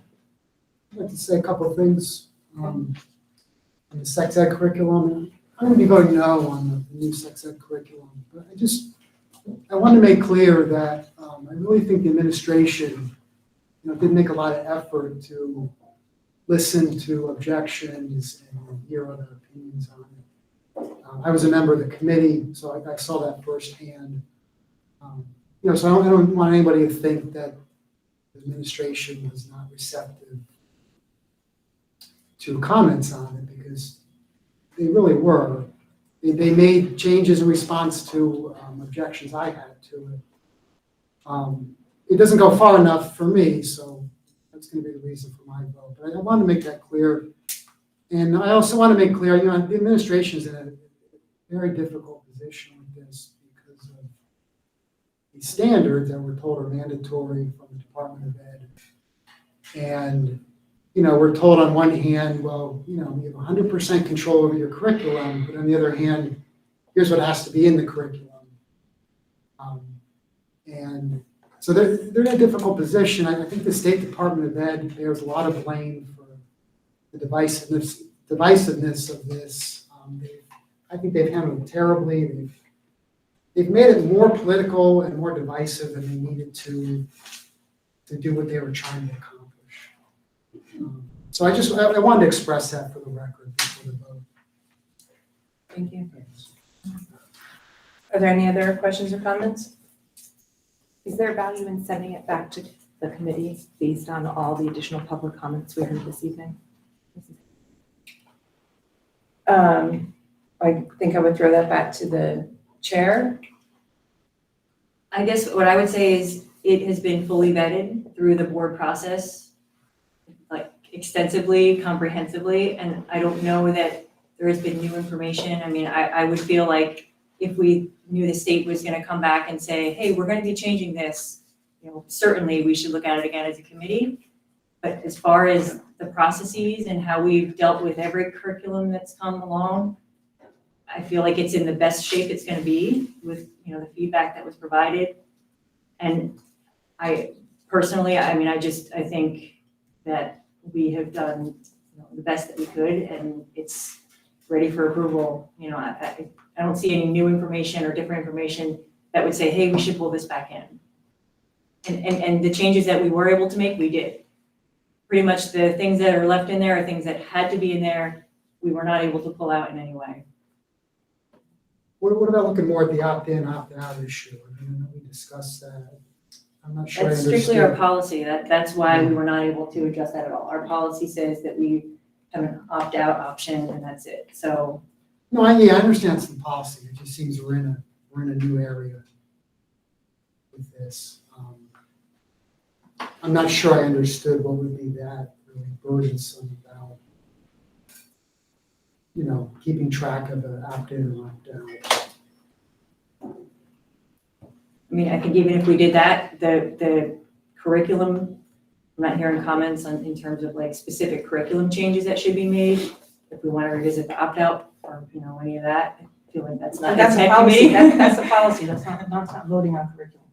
That's a Right, that would policy. be. And then where would it end, really? I mean, if you're gonna opt in, you know, as educators, you have to trust the educators to educate. And, you know, where does it end then? If parents can just opt in or opt out to just about anything that's in the curriculum, it won't end. Well, not anything, I just think this has just been such a big issue. It'll be for this only. Today, We want to it'll look be at for it. this only, but tomorrow it'll be for something else. I'd like to speak to why I'm going to vote for adopting this. I asked my son the other night, when did he learn about sex? And he said to me that he learned from a friend of his of the first year he was in the dining hall here. And I would rather that children learn about sex from a professional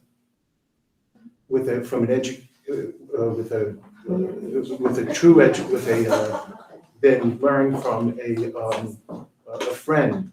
You can't opt in or opt out from some ill-educated peer in a dining hall. Whether he got the right information or the wrong information, I don't know what he was told, what misconceptions he got. But I'd rather that the process that has gone into developing this curriculum, I think is a lot more informed than having somebody tell him between burgers and fries in the dining hall. And if you honestly think that you can opt out of that, that's just not a realistic assumption. And I also think that it's important that we teach children to value themselves and to value each other. And that's why I intend to vote yes on this.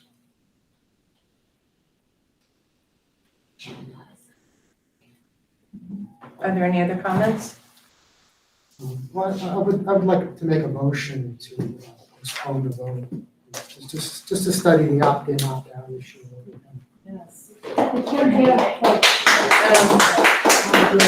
So that wouldn't be an ed tech, though, that would be a policy. And I don't, the reason that we have the policies are to handle when we have a difficult decision like we do tonight, right? Like, that's why the policy is there. It's our guiding principle. So revising policy to meet our needs when we have a difficult decision takes away the purpose of the policy.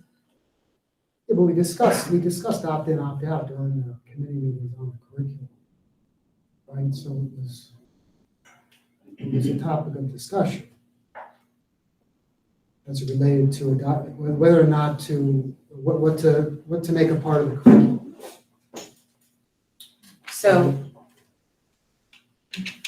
So if you want to make a motion to table to discuss the opt-in, opt-out, it would go to the policy committee, am I? It's a policy, it would be policy committee. They'll review it. Discuss it. It doesn't change that we need an operating curriculum to teach. Right. We have until May. Well, I'll just make the motion to postpone it, just generally, yes.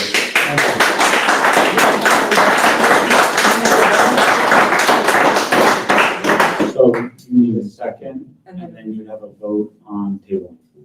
Okay, That specific resolution, all right, and that so, specific item in the resolution. Randy, motion to table. I And second the motion, Jennifer.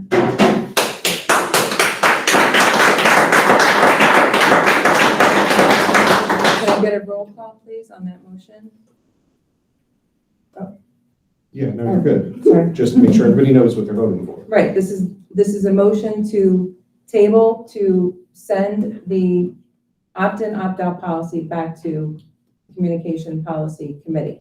No, just to postpone it, just generally, for whatever reason, including, that could be one of the reasons, just to postpone it. thank you for that.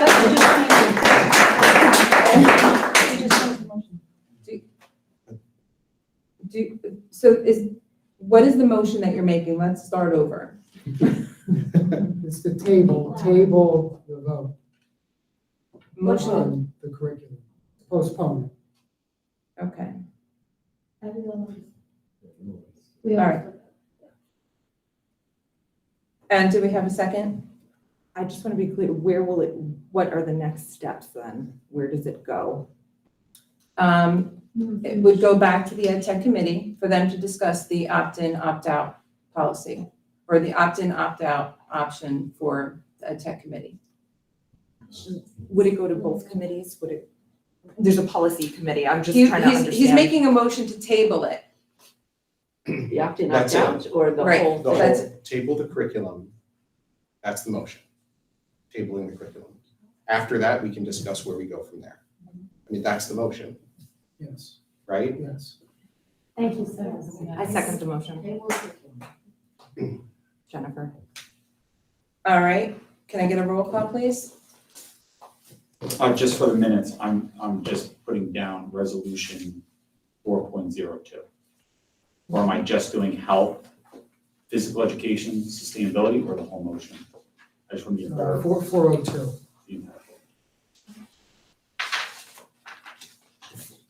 Mrs. Betterman, No.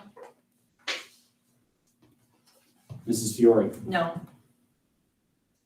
Mr. Peach, Yes. Mrs. Podgorski, No. Mr. Wallace, Mrs. Wolf, Yes. Mr. Zrom, No. Dr. Sosiala, No. Mrs. Hample. No. Motion to table failed. All right. Can I get a motion? I'm sorry. Now I'm all confused. I think we were asking questions and comments. Any other comments? Thank you. Any other questions or comments?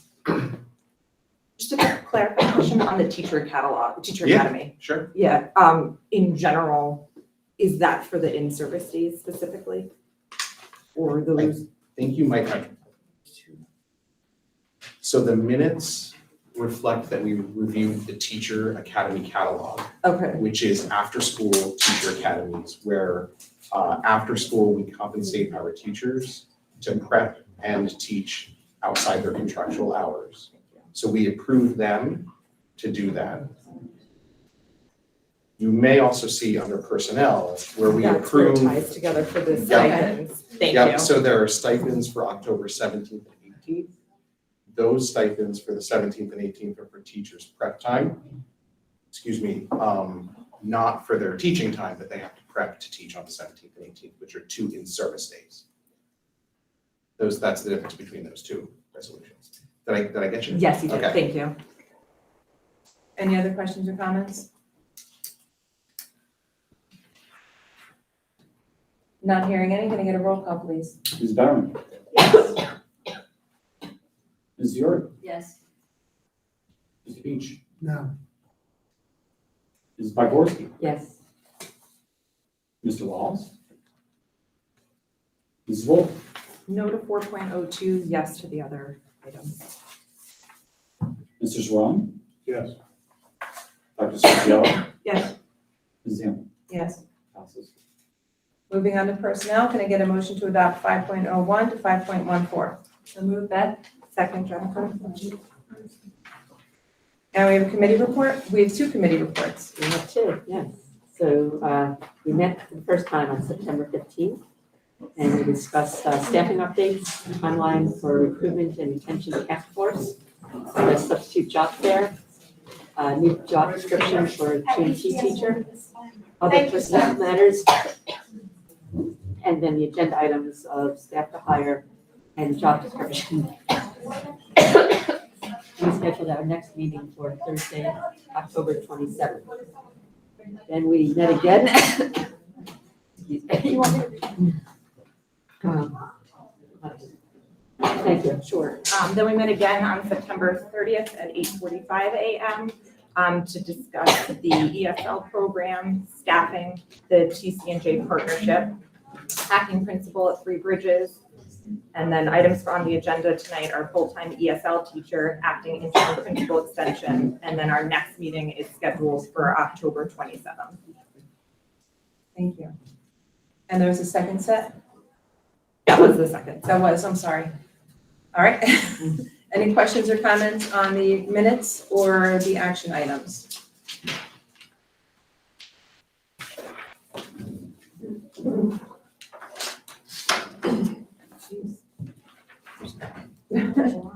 Not hearing any, can I get a roll call, please? Ms. Dunn, Yes. Mrs. Fiore, Yes. Mr. Beasley, Yes. Mrs. Pogorski, Yes. Ms. Wolf, Yes. Mrs. Roman, Yes. Dr. Sosiela, Yes. Ms. Hamel. Yes. Moving on to communication, can I get a motion to adopt 6.01? Move that. Second, Randy. And we have a committee report? We do. We met on September 19th and reviewed the remaining policies on the policy alert 228. So I'm going to go through those. Some of those are coming forward for first reading and some of them are not. So the first one's policy 1511 for the Board of Education website accessibility policy. Dr. Hart informed us that our new website template complies with this new policy. And the updated template is more compatible with the software used by disabled persons. However, it's important that those who post to the website be trained to post in such a way that the content is actually available to the disabled person's software application. So Dr. Hart is going to follow up on that piece, which is more of a training piece. We had two policies related to dress and grooming, 3216 and 4216. One's for teaching staff, one's for support staff. We have an existing policy that was adopted in 2007 that we reviewed. It's very general and the committee agreed to leave the existing policy in place. So we're not proposing any updates at this time.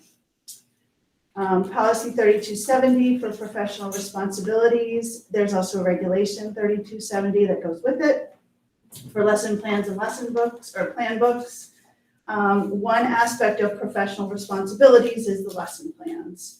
So the committee agreed to put the policy forward to the full board as is, but we are recommending the regulation be revised to include a section to address public requests for lesson plans from teachers, just to give some guidance around what that looks like for the teachers.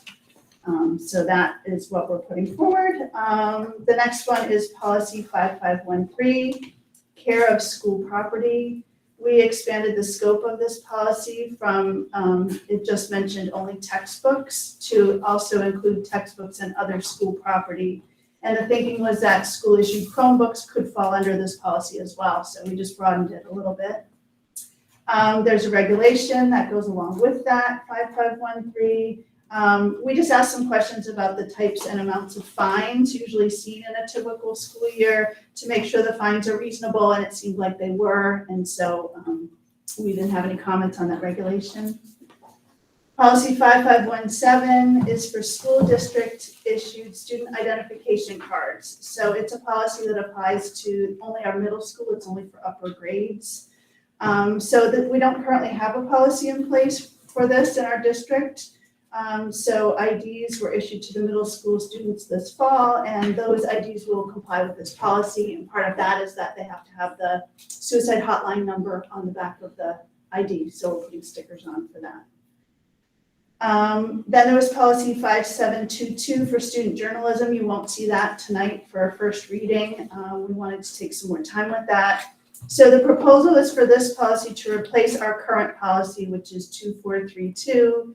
School-sponsored publications. We discussed the scope of the new policy. We concluded both old and new policies cover the same scope and just shift the focus from the publication itself to the rights of student journalists. The committee discussed including at the end of the new policy a list of policies that may apply. Because it's very general and doesn't give a lot of guidance to someone looking at it, we were thinking we could provide that guidance just by listing some of the policies that may apply. So that's the part that's open right now, and we need to go back and take a look at that. So number 2 on this agenda was to abolish that school-sponsored publication policy. So that is on hold pending what we are going to do with 5722. Agenda item 3 was finalizing regulations 2510 and 2530. Those relate to textbooks and resource materials. We aren't making any changes to those. We just added a reference to public complaints and grievances, policy 9130, as part of policy regulation 2530. I feel like I'm speaking like in tongues. Okay. District regulations update. We agreed to make the regulations available to the public online. So if you go on there and search for our policies now, you have a little icon that you can choose for regulations. So that's now available to everyone. We felt that this allows family and staff to have access and increases transparency to the public by making our regulations available. Then we have some press release tentative topics that we listed. We're already done with October. Can't believe that. So do October 15th for November. It would be curriculum results that we went over tonight for the NJSLA. Possibly an article about the solar installation or the strategic goals. And of course, we're planning some press around our sustainable jersey certifications and the Bioswale project at TBS. So those are on our agenda as well. So for tonight, you'll see alert 228, all policies except for 5722 for student journalism and 3216, 4216 for dress and grooming. Our next meeting is October 27th at 4 o'clock. Thank you very much, Mrs. Veteran. Are there any questions or comments on the minutes or the policies? Action item.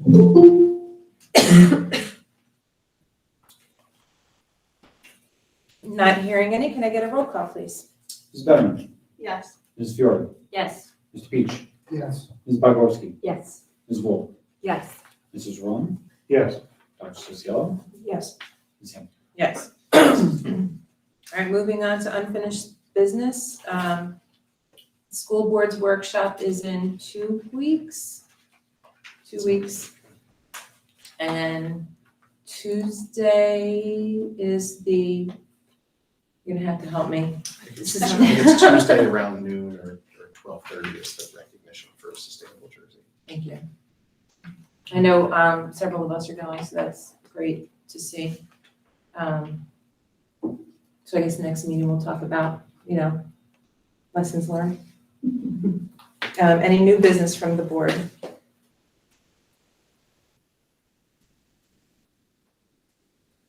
All right, not hearing any. We are now open to the public. We're gonna limit it to 15 minutes with the 3-minute timer, so because we used up all of our time in the earlier session. Anything on or off the agenda?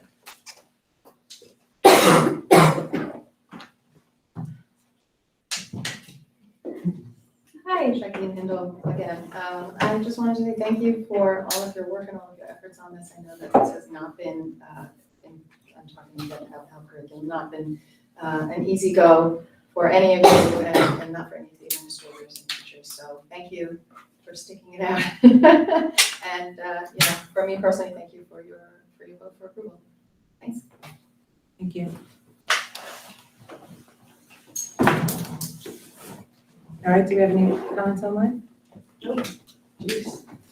I'm falling asleep over here, I'm sorry. Let me look to comment. We had one additional comment come in from Scott Barton saying, so there is a financial incentive to teach it then. And that's the only comment I hadn't read earlier. I read that one. Yep. Thank you, Randy, for checking on me. All right. Carol, there was 2 emails that were received before noon. Well, Jody said that they were here. I think Okay. They were here and they She read them, checked. so do I have to read them again? No, as long as, I just want to make sure that you reflected the comments. Okay. All right, so can I get a motion to adjourn an executive session in accordance with the Sunshine Law to discuss a legal matter and negotiations for approximately 30 minutes, at which time the board expects to return to public session where action shall not be taken. The matters discussed will be made public if and when the circumstances requiring confidentiality no longer exist. However, it is not presently known when such circumstances will exist. Can I get the motion, please? So moved, Beth? Second, Carolyn? Roll call, please. Ms. Betterman. Yes. Ms. Fiore. Yes. Mr. Peach. Yes. Ms. Bogorski. Yes. Ms. Wool. Yes. Mrs. Rowan. Yes. Dr. Sosiello. Yes. Sample. Yes. I can break now. Yeah, go for it. Thank you, Paul, for being here tonight.